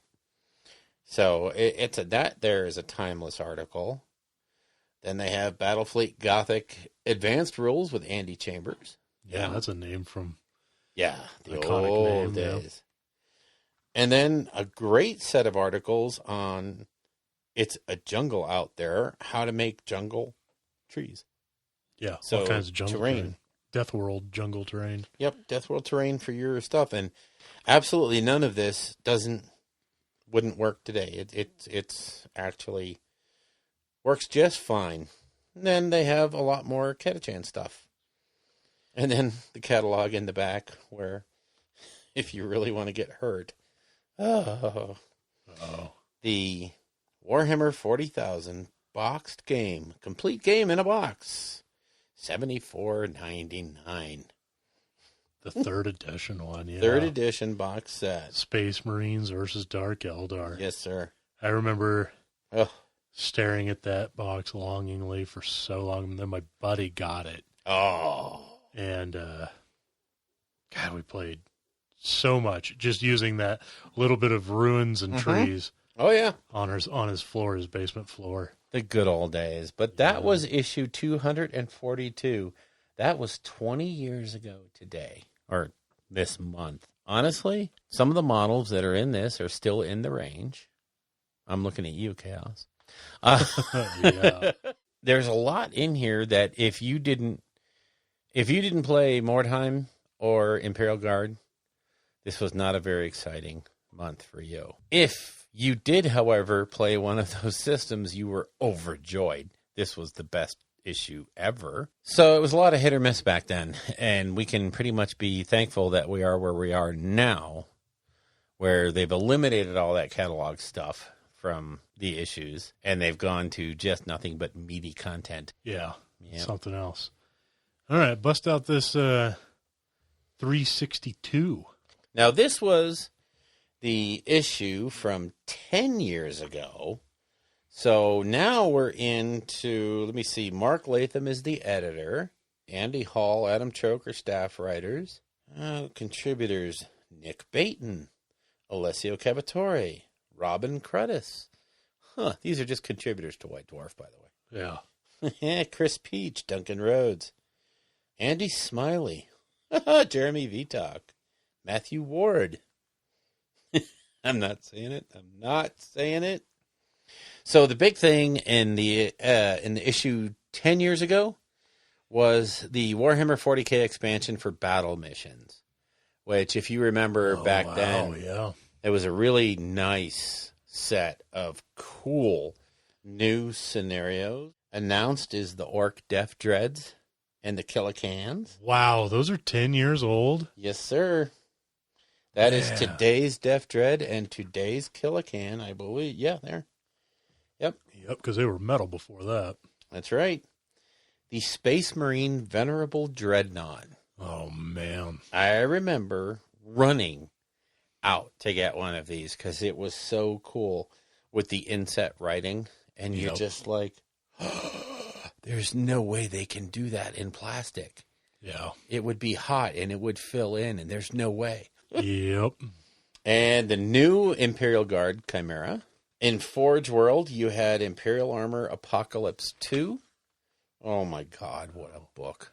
Yeah. Oh, what a book. For War of the Ring, you had Muster the Battle Hosts. Holy crap. Now, here's something. In the Flight of Fantasy department, they talk about Dark Heresy, Dead Stars, which was an expansion for the Dark Heresy role-playing game. Yep. Or, Dark Heresy role-playing game. Mm-hmm.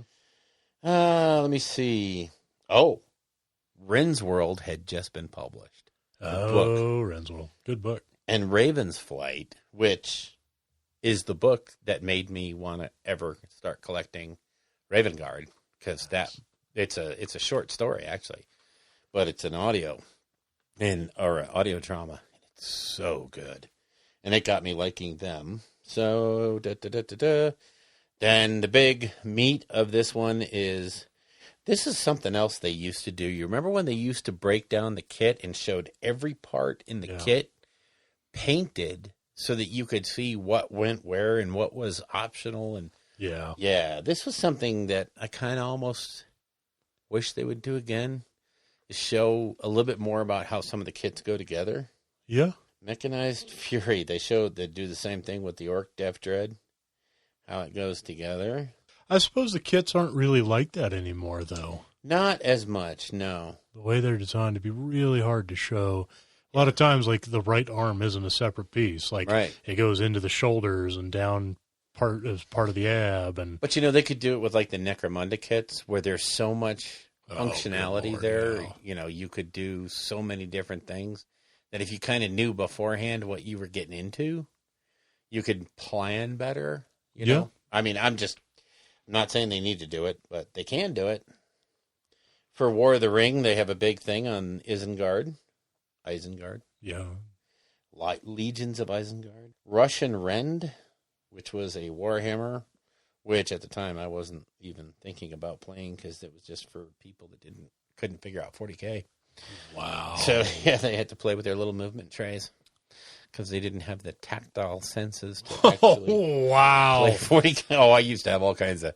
I said about fantasy players. Oh, my God. I was on the leading edge of that. Screw you, people. Jesus.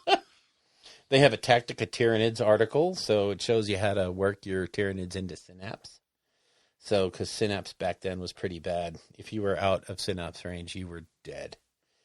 So they had a little article, but really the thing I want to call out is they have a big, long battle report in here, which they were always known for doing is really long bat reps.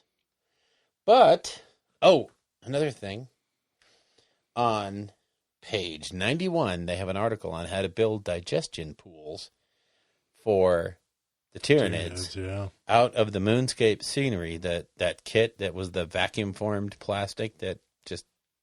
people hated. I mean, sucked poo-poo through a tube? Yeah. Yeah.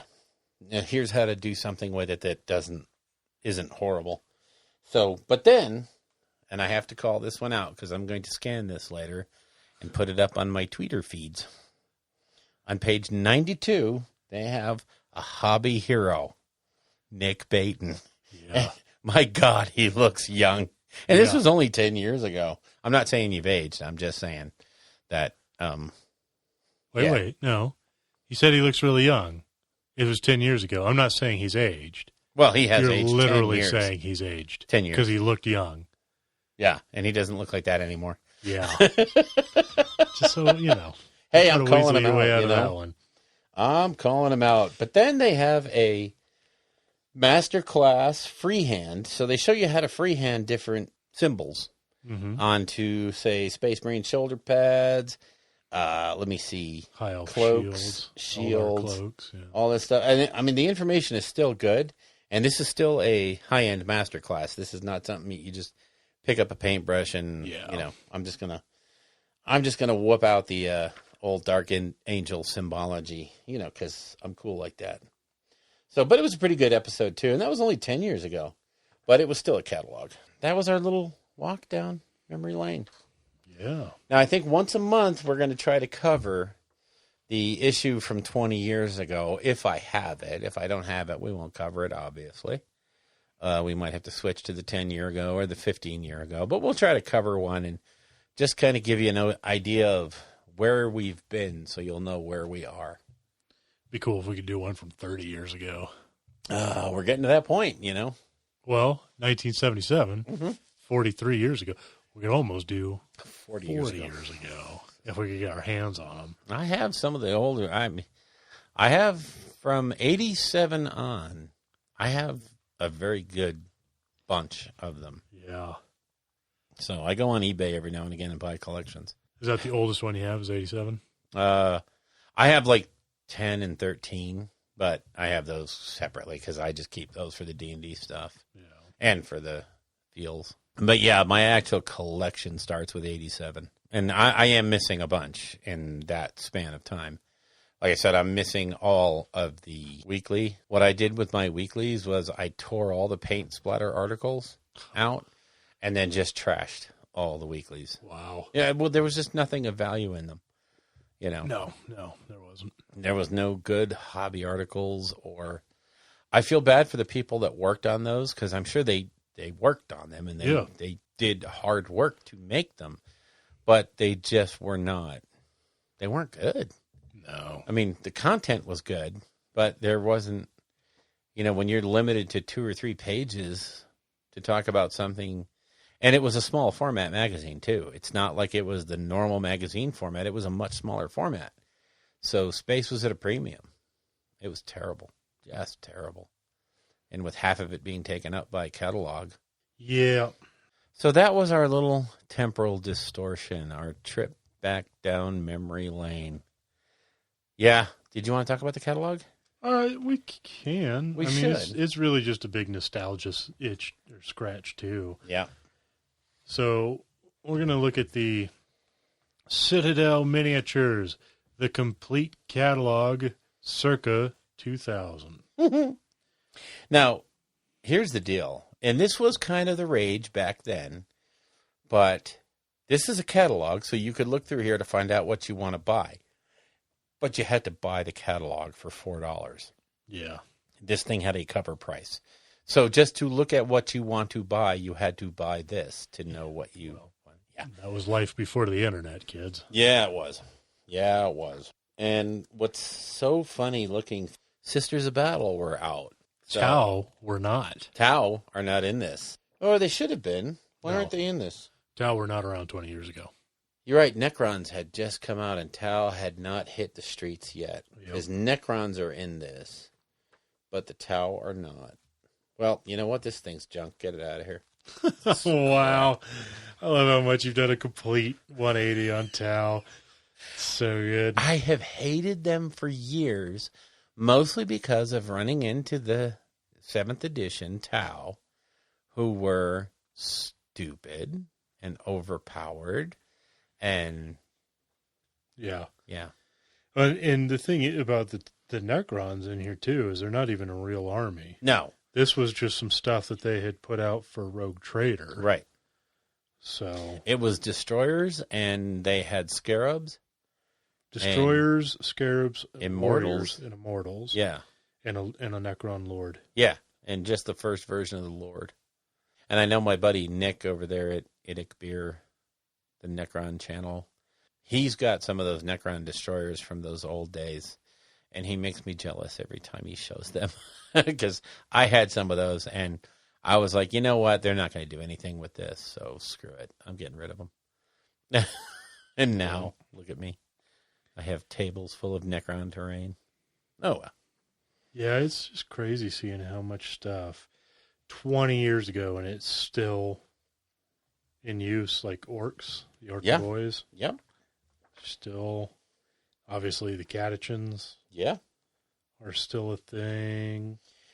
And then you look at ranges like the Dark Elves and the Tyranids, and they have been completely revamped. There is nothing from the old Tyranid range that is still in the range. Nothing. Nope. And to be honest with you, I like the old Hormagaunts better.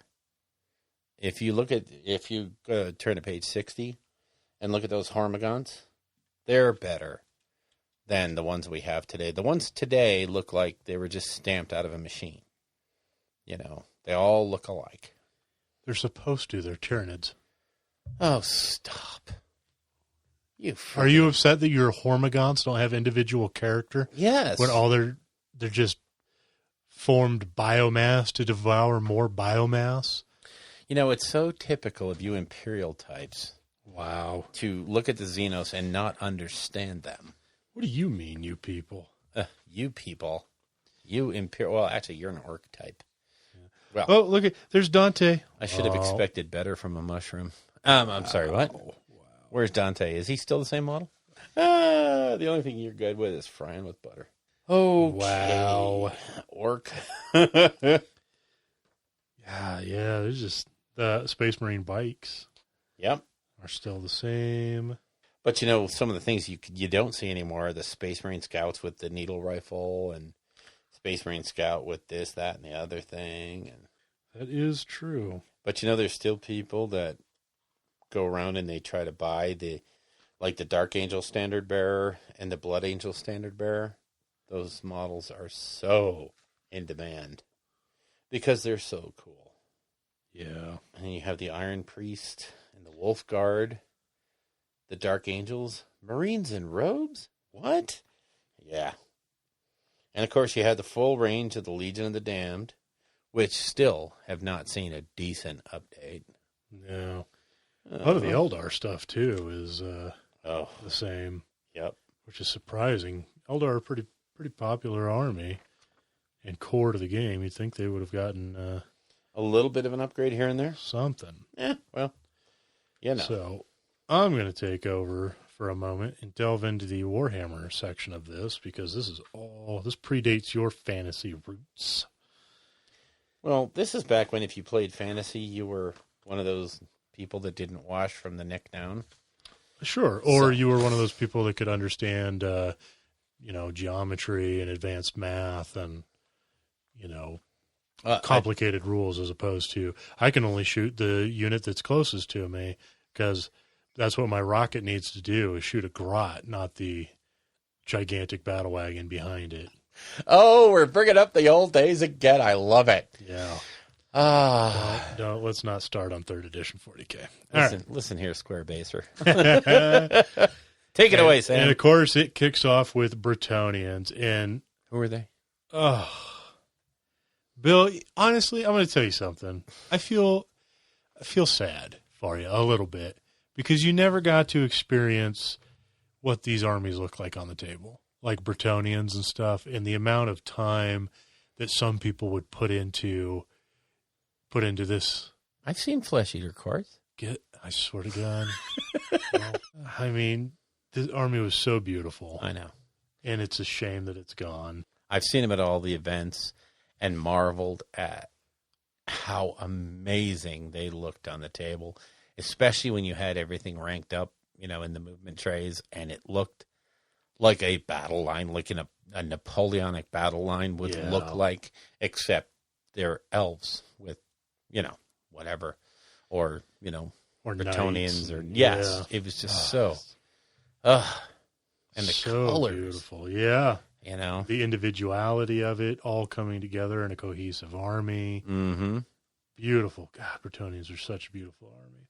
Yeah. And then we were talking earlier off air, get over here into the Realm of Chaos book. Oh my gosh, yeah. Back when Chaos wasn't a whole bunch of different separate armies. It was just one big pool of madness. I had a buddy, when we got into this game, he played Warriors of Chaos. He played Chaos. And just looking at these knights, these old knights and warriors, just takes me back. And I was telling you, there's like this Nurgle-looking Chaos sorcerer in here who has a bald head. He looks kind of like Uncle Fester from from the Addams Family. And my buddy Kevin put his head on using rubber cement, which sounds stupid, except that it allowed him to spin the head around like something out of The Exorcist, which, we were just kids, man. We thought that was the coolest thing ever. It was the best thing ever. And, God, just looking at some of these the original Archeon. Yeah, I was going to say Archeon, Lord of Chaos. Yep. And he's completely overshadowed by Egram van Horstman. Yep. Who's riding like a two-headed dragon guy. Yeah, and that was before the two-headed dragon became, I was telling you, the Dark Elves in here. Uh-oh.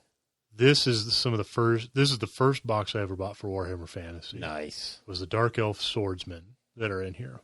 And these were single pose, the shield was separate. So you glue on the shield. And these were the first models I ever painted. And I painted them using a toothpick. Oh my God. When I was living in a hotel. So I didn't have paintbrushes, I didn't have anything like that. And these models were so hard to get because it was just expensive. You sound like me when I say, I had to walk to school both ways uphill in the snow. I'm telling you, then it has the price in here, right? And you want to guess how much a box, let's see here, Dark Elf Warriors, okay, a set of 8 of them in a box. Yay. How much do you think that cost? $14.99. Some Price is Right stuff here, right? Yeah.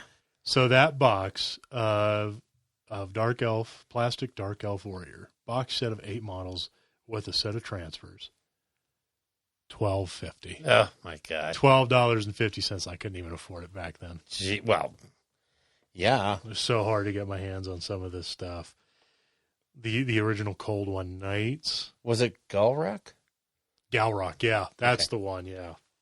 The two-headed Chaos Dragon. This was my first army, these Dark Elves right here. Does it make you nostalgic? It does, man. I remember things came in blisters, right? So the Black Ark Corsairs, Yeah. they came in blisters of 2. Oh, jeez. So in order to get a unit, you had to buy a ton of them. So I always had like 4. Yeah. I could just never play with them. It was just ridiculous. Oh, and then the Beast Lord Rakarth on the Black Dragon. Never had that model. And I wish I had. For people who've been in it for a long time, Dogs of War. Dogs of War. Yeah, Woof. this was something else. Such a cool army. Man, Warhammer Fantasy. There was a good day there. There was good times. Good times. The dwarves, each individual dwarf had character. Well, back then, all the different models were different sculpts, and you had the Perry twins that were putting out the models, and everything was sculpted individually. And hell, they were probably still spin casting them back then. Yeah, it's it doesn't tell you who did individual models in here, unfortunately. No, not anymore. You have to kind of dig for that. Yeah, the Empire. Good Lord, half of this stuff is still what's in use for free cities of Sigmar. Isn't that scary? That's not embarrassing at all. No, but really, when the sculpts hold up, Do they, though? do they? Not to, Can you seriously look at a cities of a Sigmar Free Guild infantrymen and then look at the war cry humans and say, that's Yeah, they're just as they good. hold up. Yeah, No, I can't. I'm sorry. Oh, sorry. Yeah. The old High Elves, Tyrion and Teclis back in the days. Yeah. Oh, here we go. Lizard Men. The original Lizard Men. Oh, I have to look at that now, don't I? Yep. Oh, boy. Lizardmen. The Croxagores, still in use. Salamanders, still in use. Seriously, from 20 Oh, yeah. years ago. Oh, yeah. That's why I kept saying that line needs to be just killed off and redone from the ground up. But Wow, you're right. Those are the Croxagars I bought. Plastic Lizardmen, Saurus with Hand Warriors. Skaven, bunch of the Skavens, still, Poison Wind Globadiers are still a thing.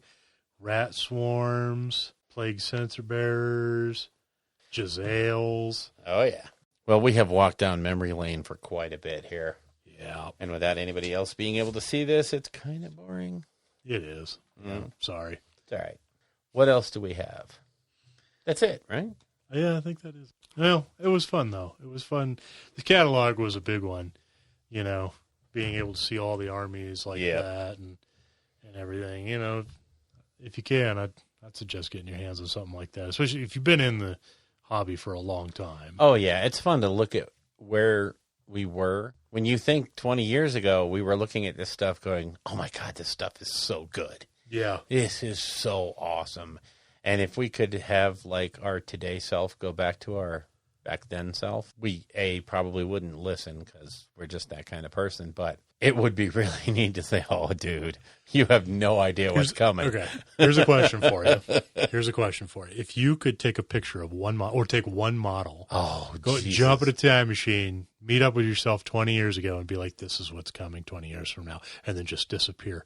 See the look on your old self's face. Oh, my God. For a moment and then disappear. What model would you take back? Oh, wow. I can think of 2 right now. I need you to narrow it down to one, Bill. I asked for you can only put one model in the time machine with you. Otherwise, you're going to mess up the science behind it. You never know where you're going to end up. Really? Nagash? Okay. Not because of anything. The technology and the detail on Nagash and how he fits together and how he's not the newest, coolest. I mean, you could say the same thing. You could take like Gazgul back because there's a Gazgul back then. Sure. And for people to see what he looks like and how that model goes together, they would flip out. But I think Nagash is imposing. It's big. When you build it right, it doesn't have gaps or mold lines or all that crap that the metal models had that you had to do. You can build that model in an evening and prime it and the next day be painting on it. Yeah. Where, yeah, if it was metal, well, first of all, you couldn't do it because it would fall over all the time. Yeah.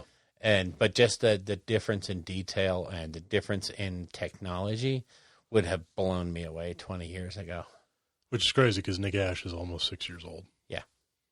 Yeah. So.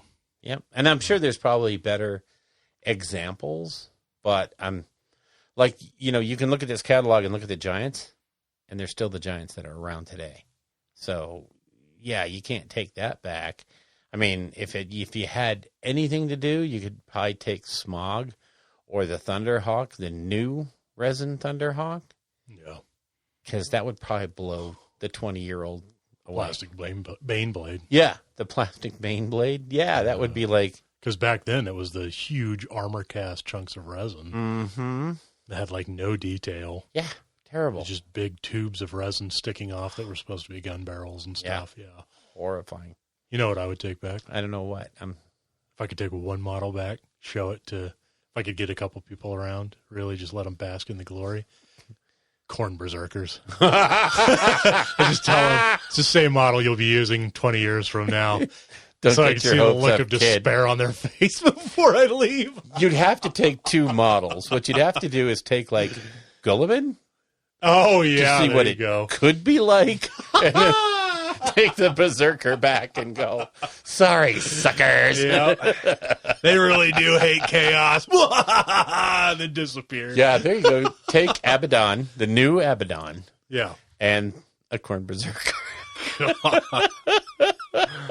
Crush their hopes and dreams. Honestly, I think I would take Archeon.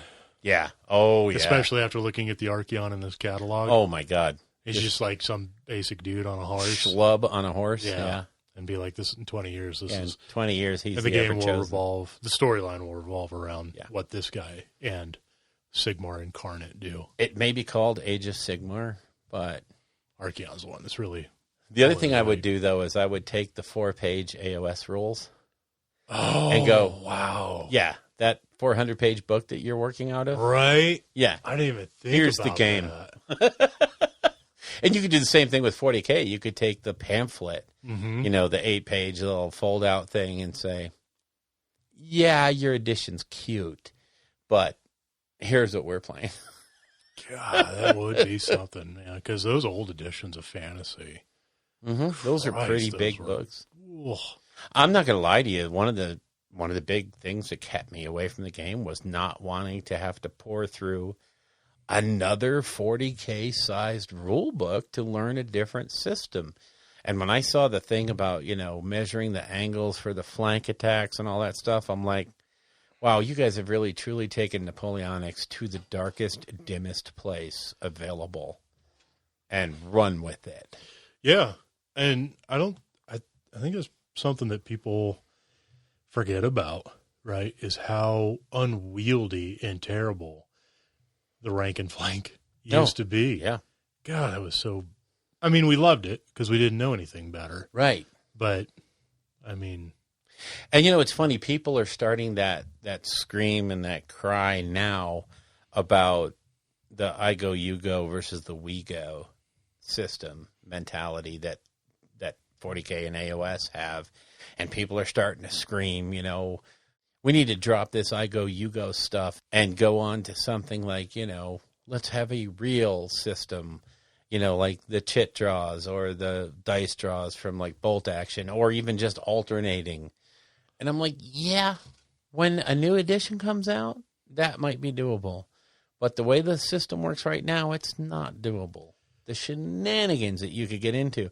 But again, that's just naysaying from this point of view. 5 years ago, if you told me that you would be playing fantasy with, let's be honest, let's go with 30 pages of rules.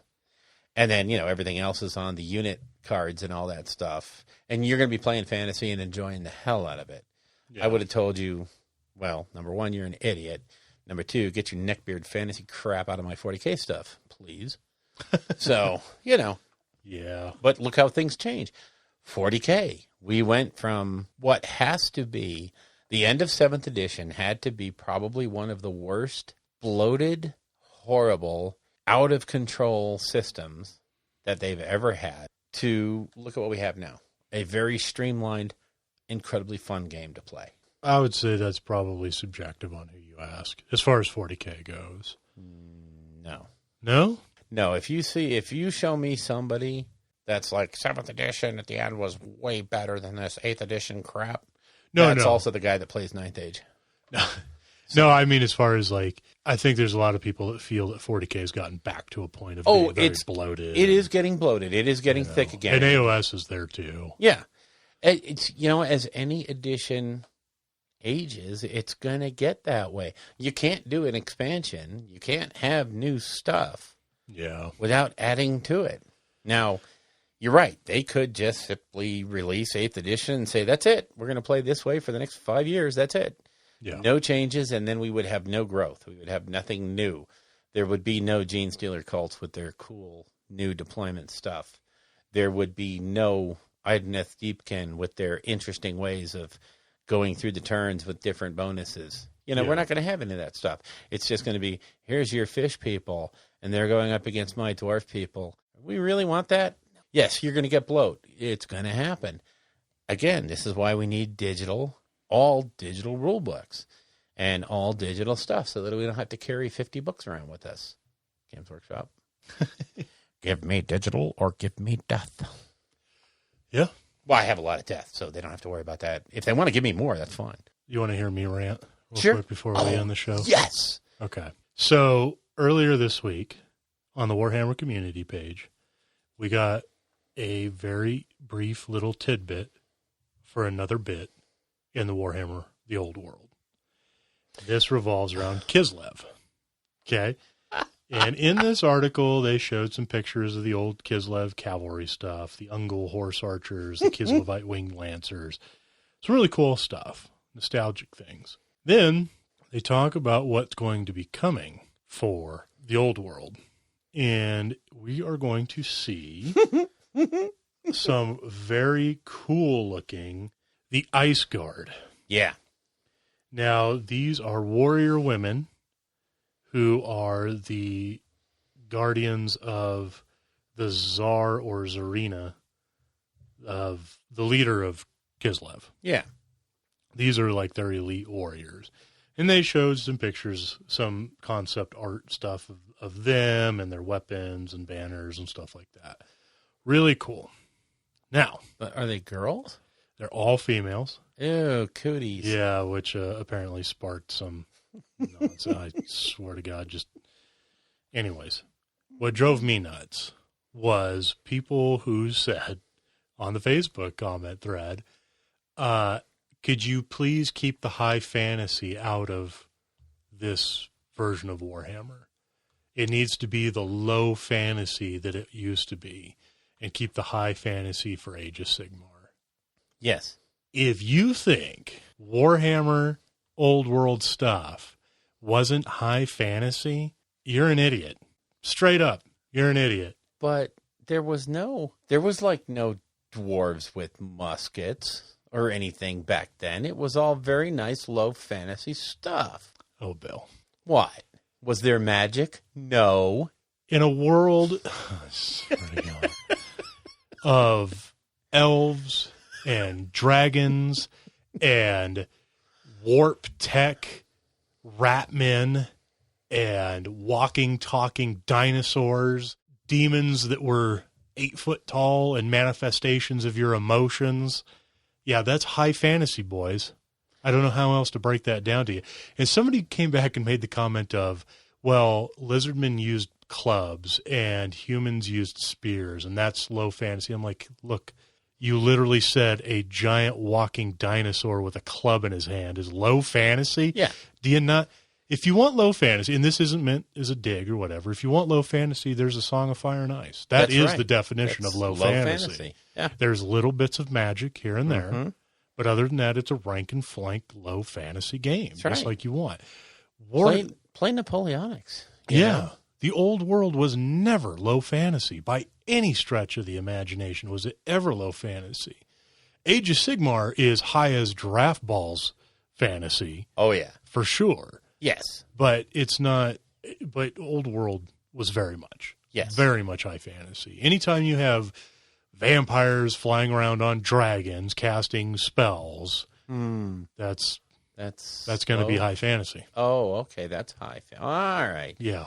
Yeah, Sorry. it's kind of scary. But again, I think you're going back to that announcement, and we talked about this a few shows ago. That announcement brought out some of the neckbeards from the old days. And then they got hit in the face with something that, girls with weapons. Yeah, and there was plenty of comments hell? of like, how dare you? Are you seriously going to bring women into? You're going to weaponize females? Great. Yeah, I know. It is. It's really, but I'll go back to what I said back then. These are not the people we want in the hobby anyway. Right. Don't even try to appeal to them. And I wonder if this release of that stuff wasn't designed to let them know they can go back into their little holes. Yeah. And stay away from us who want to have fun. Exactly. Because I'm sorry, but well, first of all, if you're that person, there's no chance you're listening to us. So you can laugh with us at them. But that's the kind of person, honestly, that I don't want in my gaming group. And I don't want around my conventions. Nope. And it makes me appreciate Age of Sigmar even more. Oh, tons more. And it makes me appreciate Sisters of Battle. Oh, it makes yeah. me hope that Games Workshop really leans into it, comes out with like an all-female Imperial Guard or Astra Militarum. Oh, or something, yeah. Stuff like that. Mm-hmm. Just. Can you imagine if one of the things they're going to drop is like, Call's been working on Girl Marines. Call's been working on Girl Marines. And, there's going to be like... Yeah. Yeah. I don't know what chapter they would be. Burns. Oh, that would truly. I still think there's people in 40K that would lose their minds over that.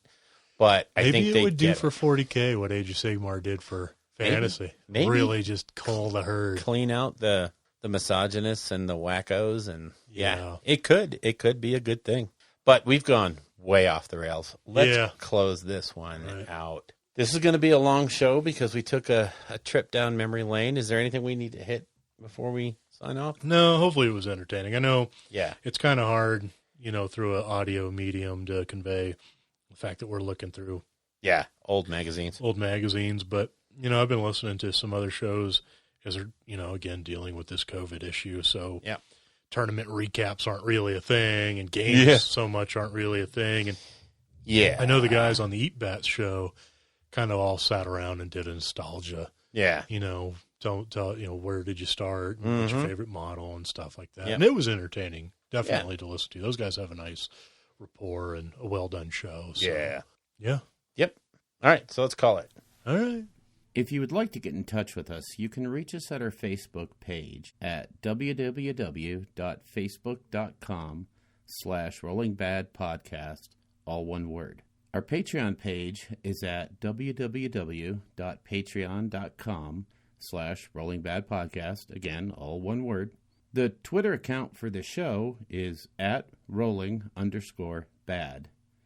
And our individual Twitters are, for me, at Bill Castello, BILLCASTELLO.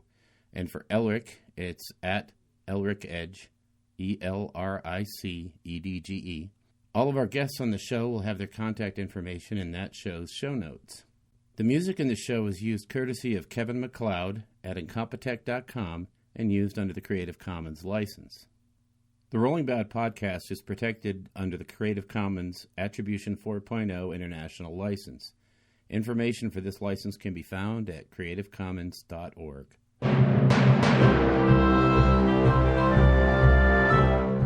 Oh, my. Second here. Make sure it's recording. We only have 23 hours of time left on the card, so let's try to make this one short. Can do. Welcome to the Rolling Bad Podcast, episode number 80. Yeah. If you'd like to get a hold of us. Wow. Good show. Tell me when you're ready to start. Hit me. Oh, my. Get those damn headsets on and put your phone away. Okay. So, moving on to creation. By myself, Jesus, this guy. The dictator of the podcast. Yeah. I'll grab another drink. You need another drink? Jeez. That's right. The Yellow Express. You know what? Caffeine is good for you. It opens up the blood vessels. It makes everything flow smoother. It's like lubricant for the soul. You say the same thing about cocaine. I did hit record, by the way. Oh, God. So let's not talk about your powder habits. Hey. Oh, yeah. You thought Games Workshop was expensive. Yeah, try cocaine.